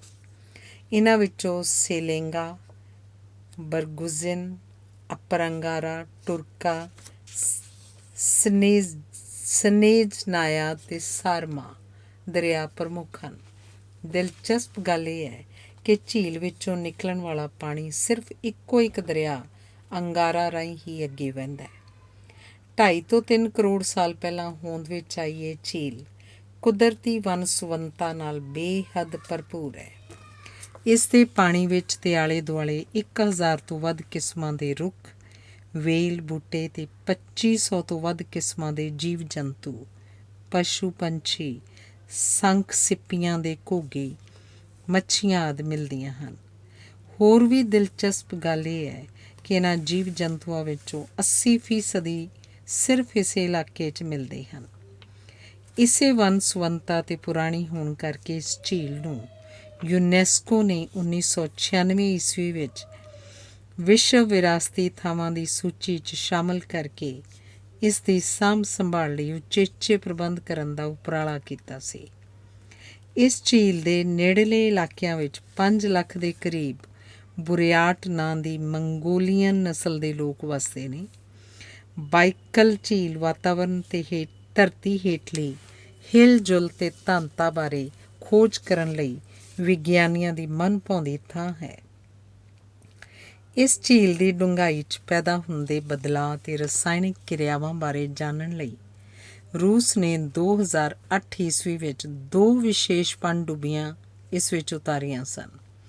1993 ਈਸਵੀ ਤੋਂ ਨਿਊਟ੍ਰੋਨੋ ਦੀ ਚੱਲ ਰਹੀ ਖੋਜ ਵਾਸਤੇ ਵਿਸ਼ੇਸ਼ ਦੂਰਬੀਨ ਦਾ ਬਾਈਕਲ ਨਿਊਟ੍ਰੋਨੋ ਟੈਲੀਸਕੋਪ NT-200 ਇਸ ਝੀਲ ਦੇ 1 ਕਿਲੋਮੀਟਰ ਡੂੰਘਾਈ 'ਚ ਸਥਾਪਿਤ ਕੀਤੀ ਗਈ ਹੈ। ਹਾਲਾਂਕਿ ਸਰਮਾਏਦਾਰਾਂ ਨੇ ਆਪਣੇ ਮੁਨਾਫੇ ਲਈ ਇਸ ਝੀਲ ਨੂੰ ਵੀ ਪਲੀਤ ਕਰਨ ਦੀ ਕੋਈ ਕਸਰ ਨਹੀਂ ਛੱਡੀ ਸੀ, ਪਰ ਇਲਾਕੇ ਦੇ ਜਾਗਰੂਕ ਵਾਤਾਵਰਣ ਪ੍ਰੇਮੀ ਲੋਕਾਂ ਅਤੇ ਰੂਸ ਦੇ ਵਿਗਿਆਨੀਆਂ ਦੇ ਲਗਾਤਾਰ ਵਿਰੋਧ ਕਾਰਨ ਇਹਨਾਂ ਦੇ ਮਨਸੂਬੇ ਸਫਲ ਨਹੀਂ ਹੋ ਸਕੇ। ਧੰਨਵਾਦ। ਸਾਲ ਵਿੱਚੋਂ 9 ਮਹੀਨੇ ਜੰਮੀ ਰਹਿੰਦੀ ਹੈ ਵਿਸ਼ਵ ਦੀ 7ਵੀਂ ਵੱਡੀ ਝੀਲ ਗ੍ਰੇਟ ਬੀਅਰ। ਖੇਤਰਫਲ ਪੱਖੋਂ ਵਿਸ਼ਵ ਦੀਆਂ ਵੱਡੀਆਂ ਝੀਲਾਂ 'ਚ 7ਵਾਂ ਸਥਾਨ ਰੱਖਦੀ ਕੈਨੇਡਾ ਦੀ ਗ੍ਰੇਟ ਬੀਅਰ ਝੀਲ ਉੱਤਰੀ ਅਮਰੀਕਾ ਮਹਾਂਦੀਪ ਦੀਆਂ ਸਭ ਤੋਂ ਵਿਸ਼ਾਲ 5 ਝੀਲਾਂ 'ਚੋਂ ਇੱਕ ਹੈ। ਪਰ ਸੁਪੀਰੀਅਰ ਅਤੇ ਹੂਰੋਨ ਵਾਂਗ ਕੈਨੇਡਾ ਅਮਰੀਕਾ ਸਰਹੱਦ ਦੇ ਆਰ ਪਾਰ ਹੋਣ ਦੀ ਬਜਾਏ ਇਹ ਝੀਲ ਪੂਰੀ ਦੀ ਪੂਰੀ ਕੈਨੇਡਾ ਦੀ ਧਰਤੀ ਉੱਤੇ ਹੀ ਸਥਿਤ ਹੈ। ਕੈਨੇਡਾ ਦੀ ਨਾਰਥ ਵੈਸਟ ਟੈਰੇਟਰੀ ਵਿੱਚ ਲਗਭਗ 31,150 ਵਰਗ ਕਿਲੋਮੀਟਰ ਇਲਾਕੇ 'ਚ ਫੈਲੀ ਹੋਈ ਇਸ ਝੀਲ ਦੀ ਔਸਤ ਡੂੰਘਾਈ 235 ਫੁੱਟ ਅਤੇ ਸਭ ਤੋਂ ਡੂੰਘੀ ਥਾਂ 1463 ਫੁੱਟ ਡੂੰਘਾਈ ਵਾਲੀ ਹੈ ਅਤੇ ਇਸ ਵਿੱਚ 2236 ਕਿਊਬਿਕ ਕਿਲੋਮੀਟਰ ਪਾਣੀ ਦਾ ਭੰਡਾਰ ਹੈ। ਅਲਾਸਕਾ ਖੇਤਰ ਦੇ ਨਾਲ ਲੱਗਦਾ ਬੇਹੱਦ ਬਰਫੀਲਾ ਅਤੇ ਠੰਡਾ ਇਲਾਕਾ ਹੋਣ ਕਾਰਨ ਇਹ ਝੀਲ ਨਵੰਬਰ ਤੋਂ ਜੁਲਾਈ ਤੱਕ ਲਗਾਤਾਰ ਸਾਲ ਵਿੱਚੋਂ 9 ਮਹੀਨੇ ਜੰਮੀ ਰਹਿੰਦੀ ਹੈ। 5 ਵੱਖ-ਵੱਖ ਬਾਹੀਆਂ 'ਚ ਫੈਲੀ ਸਾਰੀਆਂ ਝੀਲਾਂ ਤੋਂ ਵਿਲੱਖਣ ਆਕਾਰ ਦੀ ਇਹ ਝੀਲ ਲਈ ਪਾਣੀ ਲਿਆਉਣ ਵਾਲੇ ਦਰਿਆਵਾਂ ਵਿੱਚ ਵਾਈਟ ਫਿਸ਼ ਦਰਿਆ, ਬਿਗਸ, ਪਰੂਸ, ਹਾਲਡੇਨ, ਬਲਡੀ, ਸਲੋਨ, ਡੀਸ ਤੇ ਜੌਨੀ ਰॉय ਦਰਿਆ ਸ਼ਾਮਲ ਹਨ। ਇਸ ਝੀਲ ਦੇ ਆਲੇ ਦੁਆਲੇ ਜ਼ਿਆਦਾਤਰ ਕੈਨੇਡਾ ਦੇ ਮੂਲ ਨਿਵਾਸੀ ਕਬੀਲਿਆਂ ਦੇ ਲੋਕ ਹੀ ਰਹਿੰਦੇ ਹਨ। ਡਿਸਕਵਰੀ ਜਾਂ ਹੋਰ ਚੈਨਲਾਂ ਉੱਤੇ ਅਕਸਰ ਵਿਖਾਏ ਜਾਂਦੇ ਜੰਮੀ ਹੋਈ ਬਰਫ਼ ਉੱਤੋਂ ਲੰਘਦੇ ਵੱਡੇ ਟਰਾਲੇ ਇਸ ਇਲਾਕੇ ਵਿੱਚ ਤੇ ਇਸ ਝੀਲ ਦੀ ਜੰਮੀ ਬਰਫ਼ ਉੱਤੋਂ ਦੀ ਲੰਘਦੇ ਹੁੰਦੇ ਹਨ। ਇਹਨਾਂ ਟਰਾਲਿਆਂ 'ਚ ਜ਼ਿਆਦਾਤਰ ਖਾਣ ਪੀਣ ਦਾ ਸਮਾਨ, ਘਰਾਂ ਨੂੰ ਗਰਮ ਰੱਖਣ ਲਈ ਵਰਤੇ ਜਾਂਦੇ ਗੈਸ ਸਿਲੰਡਰ ਆਦਿ ਭਰੇ ਹੁੰਦੇ ਹਨ। ਸਰਕਾਰ ਵੱਲੋਂ ਕੁਝ ਵਰ੍ਹੇ ਪਹਿਲਾਂ ਇਹਨਾਂ ਟਰੱਕਾਂ 'ਚ ਲੱਦੇ ਭਾਰ ਦੀ ਹੱਦ ਵਧਾ ਕੇ 40,000 ਕਿਲੋਗ੍ਰਾਮ ਤੱਕ ਦਿੱਤੀ ਗਈ ਸੀ, ਪਰ ਬਦਕਿਸਮਤੀ ਨਾਲ ਇਸ ਦੇ ਕੁਝ ਦਿਨ ਬਾਅਦ ਹੀ 5 ਮਾਰਚ 2016 ਈਸਵੀ ਨੂੰ ਇਸੇ ਤਰ੍ਹਾਂ ਦਾ ਇੱਕ ਭਰਿਆ ਹੋਇਆ ਟਰਾਲਾ ਬਰਫ਼ ਟੁੱਟ ਜਾਣ ਕਾਰਨ ਬਰਫੀਲੇ ਪਾਣੀ 'ਚ ਡੁੱਬ ਗਿਆ ਸੀ। ਹਾਲਾਂਕਿ 2 ਦਿਨ ਬਾਅਦ ਇਸ ਵਿਚਲੇ ਸਿਲੰਡਰ ਕੱਢ ਲਏ ਗਏ ਸਨ। ਧੰਨਵਾਦ। ਅਫਰੀਕਾ ਦੀ ਦੂਜੀ ਸਭ ਤੋਂ ਡੂੰਘੀ ਝੀਲ ਹੈ। ਖੇਤਰਫਲ ਪੱਖੋਂ 8ਵੀਂ ਵੱਡੀ ਝੀਲ ਮਲਾਵੀ। ਅਫਰੀਕੀ ਮਹਾਂਦੀਪ ਦੇ 3 ਮੁਲਕਾਂ ਮਲਾਵੀ, ਤੰਜ਼ਾਨੀਆ ਤੇ ਮੋਜ਼ੰਬੀਕ ਦੇ ਇਲਾਕੇ 'ਚ ਸਥਿਤ ਝੀਲ ਮਲਾਵੀ ਖੇਤਰਫਲ ਪੱਖੋਂ ਭਾਵੇਂ ਤਾਜ਼ੇ ਪਾਣੀ ਦੀਆਂ ਵਿਸ਼ਾਲ ਝੀਲਾਂ 'ਚ 8ਵਾਂ ਸਥਾਨ ਰੱਖਦੀ ਹੈ, ਪਰ ਅਫਰੀਕੀ ਮਹਾਂਦੀਪ ਦੀ ਇਹ ਦੂਜੀ ਸਭ ਤੋਂ ਡੂੰਘੀ ਝੀਲ ਹੈ। ਸ਼ਾਇਦ ਰਿਫਟ ਝੀਲ ਹੋਣ ਕਰਕੇ ਹੀ ਆਕਾਰ ਪੱਖੋਂ ਇਹ ਝੀਲ ਵੀ ਅਫਰੀਕਾ ਦੀ ਟੈਂਗਾਨੀਕਾ ਤੇ ਰੂਸ ਦੀ ਬਾਈਕਲ ਝੀਲ ਨਾਲ ਬਿਲਕੁਲ ਮਿਲਦੀ ਜੁਲਦੀ ਹੈ। ਇਸ ਦੀ ਲੰਬਾਈ ਟੈਂਗਾਨੀਕਾ ਤੇ ਬਾਈਕਲ ਦੋਵਾਂ ਤੋਂ ਥੋੜ੍ਹੀ ਘੱਟ ਭਾਵ 560 ਕਿਲੋਮੀਟਰ ਤੇ ਚੌੜਾਈ 75 ਕਿਲੋਮੀਟਰ ਦੇ ਕਰੀਬ ਹੈ। ਟੈਂਗਾਨੀਕਾ ਤੇ ਬਾਈਕਲ ਵਾਂਗ ਹੀ ਇਹ ਵੀ ਧਰਤੀ ਦੀਆਂ ਟੈਕਟੋਨਿਕ ਪਲੇਟਾਂ, ਭੂਚਾਲੀ ਪਲੇਟਾਂ ਦੀ ਹਿਲਜੁਲ ਦੌਰਾਨ ਇਸ ਇਲਾਕੇ ਦੀ ਧਰਤੀ 'ਚ ਪਏ ਵੱਡੇ ਪਾੜ ਕਾਰਨ ਹੀ ਹੋਂਦ ਵਿੱਚ ਆਈ ਹੈ। 30,000 ਵਰਗ ਕਿਲੋਮੀਟਰ ਦੇ ਕਰੀਬ ਇਲਾਕੇ 'ਚ ਫੈਲੀ ਇਹ ਝੀਲ ਵੀ ਦੋਵਾਂ ਝੀਲਾਂ ਵਾਂਗ ਹੀ ਆਪਣੀ ਅਥਾਹ ਡੂੰਘਾਈ ਕਾਰਨ ਪਾਣੀ ਦਾ ਵਿਸ਼ਾਲ ਭੰਡਾਰ ਸਮੋਈ ਬੈਠੀ ਹੈ। ਇਸ ਦੀ ਔਸਤ ਡੂੰਘਾਈ 598 ਫੁੱਟ ਦੇ ਕਰੀਬ ਹੈ, ਜਦਕਿ ਸਭ ਤੋਂ ਡੂੰਘੇ ਸਥਾਨ ਉੱਤੇ ਇਹ ਡੂੰਘਾਈ ਕਰੀਬ 2,316 ਫੁੱਟ ਤੱਕ ਪਹੁੰਚ ਜਾਂਦੀ ਹੈ। ਇੰਨੀ ਡੂੰਘਾਈ ਕਾਰਨ ਹੀ ਇਸ ਝੀਲ ਵਿੱਚ 8400 ਕਿਊਬਿਕ ਕਿਲੋਮੀਟਰ ਪਾਣੀ ਦਾ ਭੰਡਾਰ ਹੈ ਤੇ ਇਸ ਵਿਸ਼ਾਲ ਪਾਣੀ ਭੰਡਾਰ ਪੱਖੋਂ ਇਹ ਝੀਲ ਦੁਨੀਆ ਭਰ ਦੀਆਂ ਝੀਲਾਂ ਵਿੱਚੋਂ ਚੌਥਾ ਸਥਾਨ ਰੱਖਦੀ ਹੈ। ਇਸ ਝੀਲ ਦੀ ਇੱਕ ਹੋਰ ਵਿਲੱਖਣਤਾ ਇਹ ਹੈ ਕਿ ਇਸ ਵਿੱਚ ਵਿਸ਼ਵ ਦੀਆਂ ਸਾਰੀਆਂ ਝੀਲਾਂ ਤੋਂ ਵੱਧ ਕਿਸਮ ਦੀਆਂ ਮੱਛੀਆਂ ਤੇ ਹੋਰ ਜਲ ਜੀਵ ਮਿਲਦੇ ਹਨ। 700 ਦੇ ਕਰੀਬ ਕਿਸਮ ਦੀਆਂ ਤਾਂ ਸਿਕਲਿਡ ਮੱਛੀਆਂ ਹੀ ਇਸ ਝੀਲ 'ਚ ਮੌਜੂਦ ਹਨ। ਟੈਂਗਾਨੀਕਾ ਝੀਲ ਦੇ ਦੱਖਣ ਪੂਰਬ ਵਿੱਚ 350 ਕਿਲੋਮੀਟਰ ਦੂਰ ਸਥਿਤ ਮਲਾਵੀ ਝੀਲ ਦਾ ਪਾਣੀ ਵੀ ਦੂਜੀਆਂ ਝੀਲਾਂ ਤੋਂ ਵਿਲੱਖਣਤਾ ਰੱਖਦਾ ਹੈ, ਜੋ ਕਿ ਵੱਖ-ਵੱਖ ਪਰਤਾਂ ਵਿੱਚ ਹੀ ਰਹਿੰਦਾ ਹੈ। ਇਸ ਕਿਰਿਆ ਨੂੰ ਵਿਗਿਆਨਕ ਭਾਸ਼ਾ ਵਿੱਚ ਮੈਰੋਮਿਕਟਿਕ ਝੀਲ ਕਿਹਾ ਜਾਂਦਾ ਹੈ।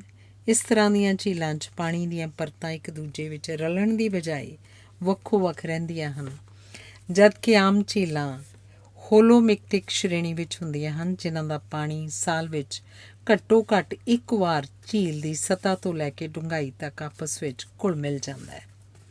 ਟੈਂਗਾਨੀਕਾ ਝੀਲ ਵਾਂਗ ਮਲਾਵੀ ਝੀਲ ਵੀ ਪਹਿਲੇ ਵਿਸ਼ਵ ਯੁੱਧ ਦੇ ਫੌਜੀ ਟਕਰਾਅ ਦੀ ਗਵਾਹ ਬਣੀ, ਜਦੋਂ 16 ਅਗਸਤ 1914 ਈਸਵੀ ਨੂੰ ਅੰਗਰੇਜ਼ ਸਾਮਰਾਜ ਦੀ ਹਥਿਆਰਬੰਦ ਜੰਗੀ ਕਿਸ਼ਤੀ ਦੇ ਕਮਾਂਡਰ ਕੈਪਟਨ ਰੋਆਲਡ ਡੇਜ਼ ਨੇ ਅੰਗਰੇਜ਼ ਸਾਮਰਾਜ ਵੱਲੋਂ ਇਸ ਝੀਲ ਵਿੱਚ ਸਥਿਤ ਜਰਮਨ ਸਾਮਰਾਜ ਦੀ ਜੰਗੀ ਕਿਸ਼ਤੀ ਹਰਮਨ ਵੌਨ ਵਿਸਮਨ ਨੂੰ ਹਰ ਹੀਲੇ ਡੁਬੋਣ, ਜਲਾਉਣ ਜਾਂ ਹੋਰ ਤਰੀਕੇ ਨਾਲ ਤਬਾਹ ਕਰਨ ਦੇ ਹੁਕਮਾਂ ਤਹਿਤ ਤੋਪ ਦੇ ਗੋਲੇ ਦਾਗ ਕੇ ਤਬਾਹ ਕਰ ਦਿੱਤਾ।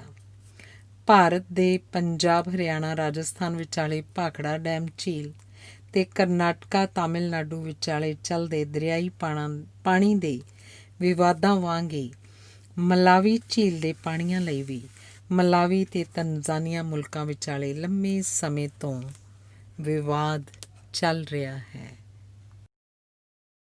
ਸਾਲ ਵਿੱਚੋਂ 7 ਮਹੀਨੇ ਜੰਮੀ ਰਹਿੰਦੀ ਹੈ ਵਿਸ਼ਵ ਦੀ 9ਵੀਂ ਵੱਡੀ ਝੀਲ ਗ੍ਰੇਟ ਸਲੇਵ। ਕੈਨੇਡਾ ਦੀ ਨਾਰਥ ਵੈਸਟ ਟੈਰੀਟਰੀ ਵਿੱਚ ਲਗਭਗ 28,000 ਵਰਗ ਕਿਲੋਮੀਟਰ ਇਲਾਕੇ ਵਿੱਚ ਫੈਲੀ ਹੋਈ ਕੈਨੇਡਾ ਦੀ ਗ੍ਰੇਟ ਸਲੇਵ ਝੀਲ ਖੇਤਰਫਲ ਪੱਖੋਂ ਵਿਸ਼ਵ ਦੀਆਂ ਵੱਡੀਆਂ ਝੀਲਾਂ ਵਿੱਚ 9ਵਾਂ ਸਥਾਨ ਰੱਖਦੀ ਹੈ। ਪੂਰੀ ਦੀ ਪੂਰੀ ਕੈਨੇਡਾ ਦੀ ਧਰਤੀ ਉੱਤੇ ਹੀ ਸਥਿਤ ਇਹ ਨਾਰਥ ਵੈਸਟ ਟੈਰੀਟਰੀ ਦੀ ਗ੍ਰੇਟ ਬੀਅਰ ਝੀਲ ਤੋਂ ਬਾਅਦ ਦੂਜੀ ਵਿਸ਼ਾਲ ਝੀਲ ਹੈ। ਇਸ ਝੀਲ ਦੀ ਔਸਤ ਡੂੰਘਾਈ 135 ਫੁੱਟ ਅਤੇ ਸਭ ਤੋਂ ਡੂੰਘੀ ਥਾਂ 2014 ਫੁੱਟ ਡੂੰਘਾਈ ਵਾਲੀ ਹੈ ਅਤੇ ਇਸ ਵਿੱਚ 1580 ਕਿਊਬਿਕ ਕਿਲੋਮੀਟਰ ਪਾਣੀ ਦਾ ਭੰਡਾਰ ਹੈ। ਆਪਣੀ ਇਸ ਅਥਾਹ ਡੂੰਘਾਈ ਕਾਰਨ ਇਹ ਉੱਤਰੀ ਅਮਰੀਕਾ ਮਹਾਂਦੀਪ ਦੀਆਂ ਝੀਲਾਂ ਵਿੱਚ ਸਭ ਤੋਂ ਡੂੰਘੀ ਹੋਣ ਦਾ ਸਥਾਨ ਰੱਖਦੀ ਹੈ। ਵੱਡੇ ਗਲੇਸ਼ੀਅਰਾਂ ਵਾਲਾ ਬੇਹੱਦ ਬਰਫੀਲਾ ਅਤੇ ਠੰਡਾ ਇਲਾਕਾ ਹੋਣ ਕਾਰਨ ਇਹ ਝੀਲ ਵੀ ਗ੍ਰੇਟ ਬੀਅਰ ਝੀਲ ਵਾਂਗ ਨਵੰਬਰ ਤੋਂ ਜੂਨ ਦੇ ਅੱਧ ਤੱਕ ਲਗਾਤਾਰ ਸਾਲ ਵਿੱਚੋਂ 7 ਮਹੀਨੇ ਜੰਮੀ ਰਹਿੰਦੀ ਹੈ। ਅਸਮਾਨ ਦੀ ਉਚਾਈ ਤੋਂ ਵੇਖਿਆ ਉੱਡਦੇ ਹੰਸ ਸਾਰਸ ਪੰਛੀ ਵਰਗੀ ਜਾਪਦੀ ਇਹ ਝੀਲ ਵੀ ਵੱਖ-ਵੱਖ ਬਾਹੀਆਂ 'ਚ ਫੈਲੀ ਹੈ। ਇਸ ਝੀਲ ਲਈ ਪਾਣੀ ਲਿਆਉਣ ਵਾਲੇ ਦਰਿਆਵਾਂ ਵਿੱਚ Hay River, Slave, Taltson, Lockhart, Yellowknife, Snare, Marian, Stark ਆਦਿ ਸ਼ਾਮਲ ਹਨ। ਪਰ ਇਸ ਵਿੱਚੋਂ ਬਾਹਰ ਜਾਣ ਵਾਲੇ ਮੁੱਖ ਤੌਰ 'ਤੇ ਇੱਕੋ ਦਰਿਆ ਮੈਕੈਂਜੀ ਹੀ ਹੈ। ਇਸ ਝੀਲ ਦੇ ਆਲੇ ਦੁਆਲੇ ਵੀ ਗ੍ਰੇਟ ਬੀਅਰ ਝੀਲ ਵਾਂਗ ਜ਼ਿਆਦਾਤਰ ਕੈਨੇਡਾ ਦੇ ਮੂਲ ਨਿਵਾਸੀ ਕਬੀਲਿਆਂ ਦੇ ਲੋਕ ਹੀ ਰਹਿੰਦੇ ਨੇ। ਇਸ ਝੀਲ ਦੇ ਕੰਢਿਆਂ ਉੱਤੇ ਕਈ ਸ਼ਹਿਰ ਕਸਬੇ ਵਸੇ ਹੋਏ ਨੇ, ਜਿਨ੍ਹਾਂ ਵਿੱਚੋਂ ਯੈਲੋ ਨਾਈਫ, ਹੇ ਰਿਵਰ, ਬੇਚਾਕ, ਫੋਰਟ ਰੈਜ਼ੋਲੂਸ਼ਨ, ਲੁਟਸ਼ੈਲਕੇ, ਹੇ ਰਿਵਰ ਰਿਜ਼ਰਵ, ਡੇਟਾ ਅਤੇ ਡੀਲੋ ਸ਼ਾਮਲ ਹਨ। ਡੀਲੋ ਕਸਬੇ ਵਿੱਚ ਕੈਨੇਡਾ ਦੇ ਮੂਲ ਨਿਵਾਸੀਆਂ ਦੀ ਡੀਨ ਭਾਈਚਾਰੇ ਦੇ ਲੋਕ ਰਹਿ ਰਹੇ ਨੇ ਅਤੇ ਇਸ ਭਾਈਚਾਰੇ ਦੇ ਸਿਰਫ 300 ਲੋਕ ਹੀ ਬਾਕੀ ਬਚੇ ਨੇ। ਇਸ ਝੀਲ ਦੇ ਆਲੇ ਦੁਆਲੇ ਦੇ ਇਲਾਕਿਆਂ ਵਿੱਚ ਪੁਰਾਤੱਤਵ ਖੋਜੀਆਂ ਨੂੰ 8,000 ਸਾਲ ਤੋਂ ਵੀ ਪਹਿਲਾਂ ਦੇ ਸਮੇਂ ਤੋਂ ਮਨੁੱਖੀ ਆਬਾਦੀ ਦੇ ਵਸਦੇ ਹੋਣ ਬਾਰੇ ਸਬੂਤ ਮਿਲੇ ਹਨ। ਇਹਨਾਂ ਵਿੱਚ ਸਭ ਤੋਂ ਪੁਰਾਣੀ ਮਨੁੱਖੀ ਵਸੋਂ ਪੈਲੀਓ ਇੰਡੀਅਨ ਲੋਕਾਂ ਦੀ ਸੀ, ਜੋ ਕਿ 8,000 ਸਾਲ ਪਹਿਲਾਂ ਵਸਦੇ ਸਨ।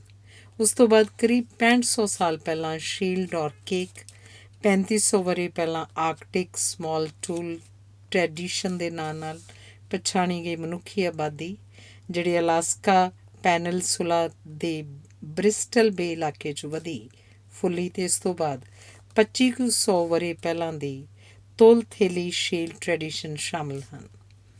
ਪੱਥਰ ਯੁੱਗ ਦੇ ਨਾਂ ਨਾਲ ਜਾਣੇ ਜਾਂਦੇ ਇਸ ਸਮੇਂ ਦੌਰਾਨ ਇਹਨਾਂ ਮਨੁੱਖੀ ਬਸਤੀਆਂ ਦੇ ਲੋਕਾਂ ਨੇ ਆਪੋ ਆਪਣੇ ਸਮੇਂ ਵਿੱਚ ਵੱਖ-ਵੱਖ ਆਕਾਰਾਂ ਵਾਲੇ ਪੱਥਰ ਦੇ ਹਥਿਆਰਾਂ ਦਾ ਨਿਰਮਾਣ ਕੀਤਾ ਅਤੇ ਇਹਨਾਂ ਹਥਿਆਰਾਂ ਰਾਹੀਂ ਹੀ ਇਹਨਾਂ ਦੀ ਪਛਾਣ ਖੋਜੀਆਂ ਵੱਲੋਂ ਸਥਾਪਿਤ ਕੀਤੀ ਗਈ।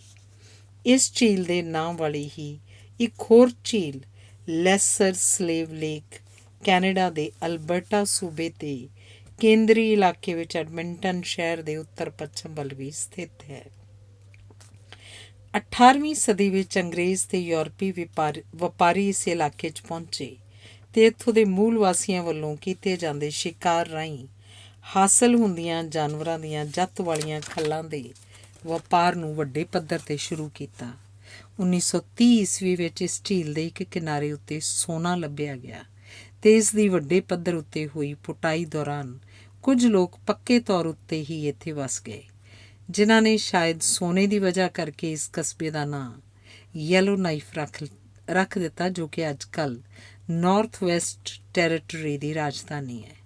1960 ਈਸਵੀ ਵਿੱਚ ਕੈਨੇਡਾ ਸਰਕਾਰ ਨੇ ਇਸ ਇਲਾਕੇ ਦੇ ਲੋਕਾਂ ਦੀ ਸਹੂਲਤ ਲਈ ਇੱਕ ਸਦਾਬਹਾਰ ਆਲ ਸੀਜ਼ਨ ਹਾਈਵੇ ਇਸ ਝੀਲ ਦੇ ਪੱਛਮੀ ਕਿਨਾਰੇ ਉੱਤੇ ਤਿਆਰ ਕਰਵਾਇਆ, ਜਿਸ ਨੂੰ ਹੁਣ ਯੈਲੋ ਨਾਈਫ ਹਾਈਵੇ ਜਾਂ ਹਾਈਵੇ ਨੰਬਰ 3 ਵਜੋਂ ਜਾਣਿਆ ਜਾਂਦਾ ਹੈ। ਇਸ ਝੀਲ ਵਿੱਚ ਡੇਟਾ ਬਰਫ਼ ਸੜਕ ਵਜੋਂ ਜਾਣੀ ਜਾਂਦੀ 6.5 ਕਿਲੋਮੀਟਰ ਦੀ ਬਰਫੀਲੀ ਸੜਕ ਵੀ ਹੈ, ਜੋ ਕਿ ਰਾਜਧਾਨੀ ਸ਼ਹਿਰ ਯੈਲੋ ਨਾਈਫ ਨੂੰ ਡੇਟਾ ਕਸਬੇ ਨਾਲ ਜੋੜਦੀ ਹੈ। 24 ਜਨਵਰੀ 1978 ਈਸਵੀ ਨੂੰ ਸੋਵੀਅਤ ਯੂਨੀਅਨ ਦਾ ਇੱਕ ਪਰਮਾਣੂ ਰਿਐਕਟਰ ਵਾਲਾ ਸੈਟੇਲਾਈਟ ਕਾਸਮੋਸ 954 ਖਰਾਬ ਹੋਣ ਕਾਰਨ ਇਸ ਝੀਲ 'ਚ ਆ ਡਿੱਗਿਆ ਸੀ, ਜਿਸ ਦੇ ਪਰਮਾਣੂ ਮਲਬੇ ਨੂੰ ਝੀਲ ਵਿੱਚੋਂ ਕੱਢਣ ਲਈ ਕੈਨੇਡਾ ਅਤੇ ਅਮਰੀਕਾ ਦੀਆਂ ਫੌਜਾਂ ਵੱਲੋਂ ਸਾਂਝੀ ਮੁਹਿੰਮ ਵਿੱਢੀ ਗਈ। ਧੰਨਵਾਦ। ਛੋਟੀ ਹੋਣ ਦੇ ਬਾਵਜੂਦ ਕਈ ਮਾਮਲਿਆਂ 'ਚ ਵਿਲੱਖਣ ਹੈ। 10ਵੇਂ ਸਥਾਨ ਦੀ ਝੀਲ ਐਰੀ। ਸੁਪੀਰੀਅਰ ਤੇ ਹੁਰੋਨ ਝੀਲ ਵਾਂਗ ਹੀ ਕੈਨੇਡਾ ਅਮਰੀਕਾ ਦੀ ਸਰਹੱਦ ਉੱਤੇ ਦੋਵਾਂ ਮੁਲਕਾਂ ਦੀ ਧਰਤੀ ਉੱਤੇ 25,700 ਵਰਗ ਕਿਲੋਮੀਟਰ ਦੇ ਕਰੀਬ ਰਕਬੇ ਵਿੱਚ ਫੈਲੀ ਐਰੀ ਝੀਲ ਦੁਨੀਆ ਦੀਆਂ ਤਾਜ਼ੇ ਪਾਣੀ ਦੀਆਂ ਝੀਲਾਂ ਵਿੱਚ 10ਵੇਂ ਸਥਾਨ ਉੱਤੇ ਹੈ। ਪਰ ਛੋਟੀ ਹੋਣ ਦੇ ਬਾਵਜੂਦ ਇਹ ਵਿਸ਼ਵ ਦੀਆਂ ਹੋਰ ਵੱਡੀਆਂ ਤੇ ਆਪਣੇ ਗੁਆਂਢ ਵਿੱਚ ਸਥਿਤ 4 ਵਿਸ਼ਾਲ ਝੀਲਾਂ ਤੋਂ ਕਈ ਮਾਮਲਿਆਂ 'ਚ ਵਿਲੱਖਣ ਵੀ ਹੈ। ਕੈਨੇਡਾ ਦੇ ਓਨਟਾਰੀਓ ਤੇ ਅਮਰੀਕਾ ਦੇ ਨਿਊਯਾਰਕ, ਪੈਨਸਿਲਵੇਨੀਆ ਤੇ ਓਹਾਈਓ ਸੂਬਿਆਂ ਦੀ ਧਰਤੀ ਉੱਤੇ ਫੈਲੀ ਇਸ ਝੀਲ ਦਾ ਇਹ ਨਾਂ ਅਮਰੀਕੀ ਮੂਲ ਵਾਸੀਆਂ ਨੇ ਰੱਖਿਆ ਸੀ, ਜਿਸ ਦਾ ਮੂਲ ਵਾਸੀਆਂ ਦੀ ਭਾਸ਼ਾ 'ਚ ਅਰਥ ਹੁੰਦਾ ਹੈ ਬਿੱਲੀ।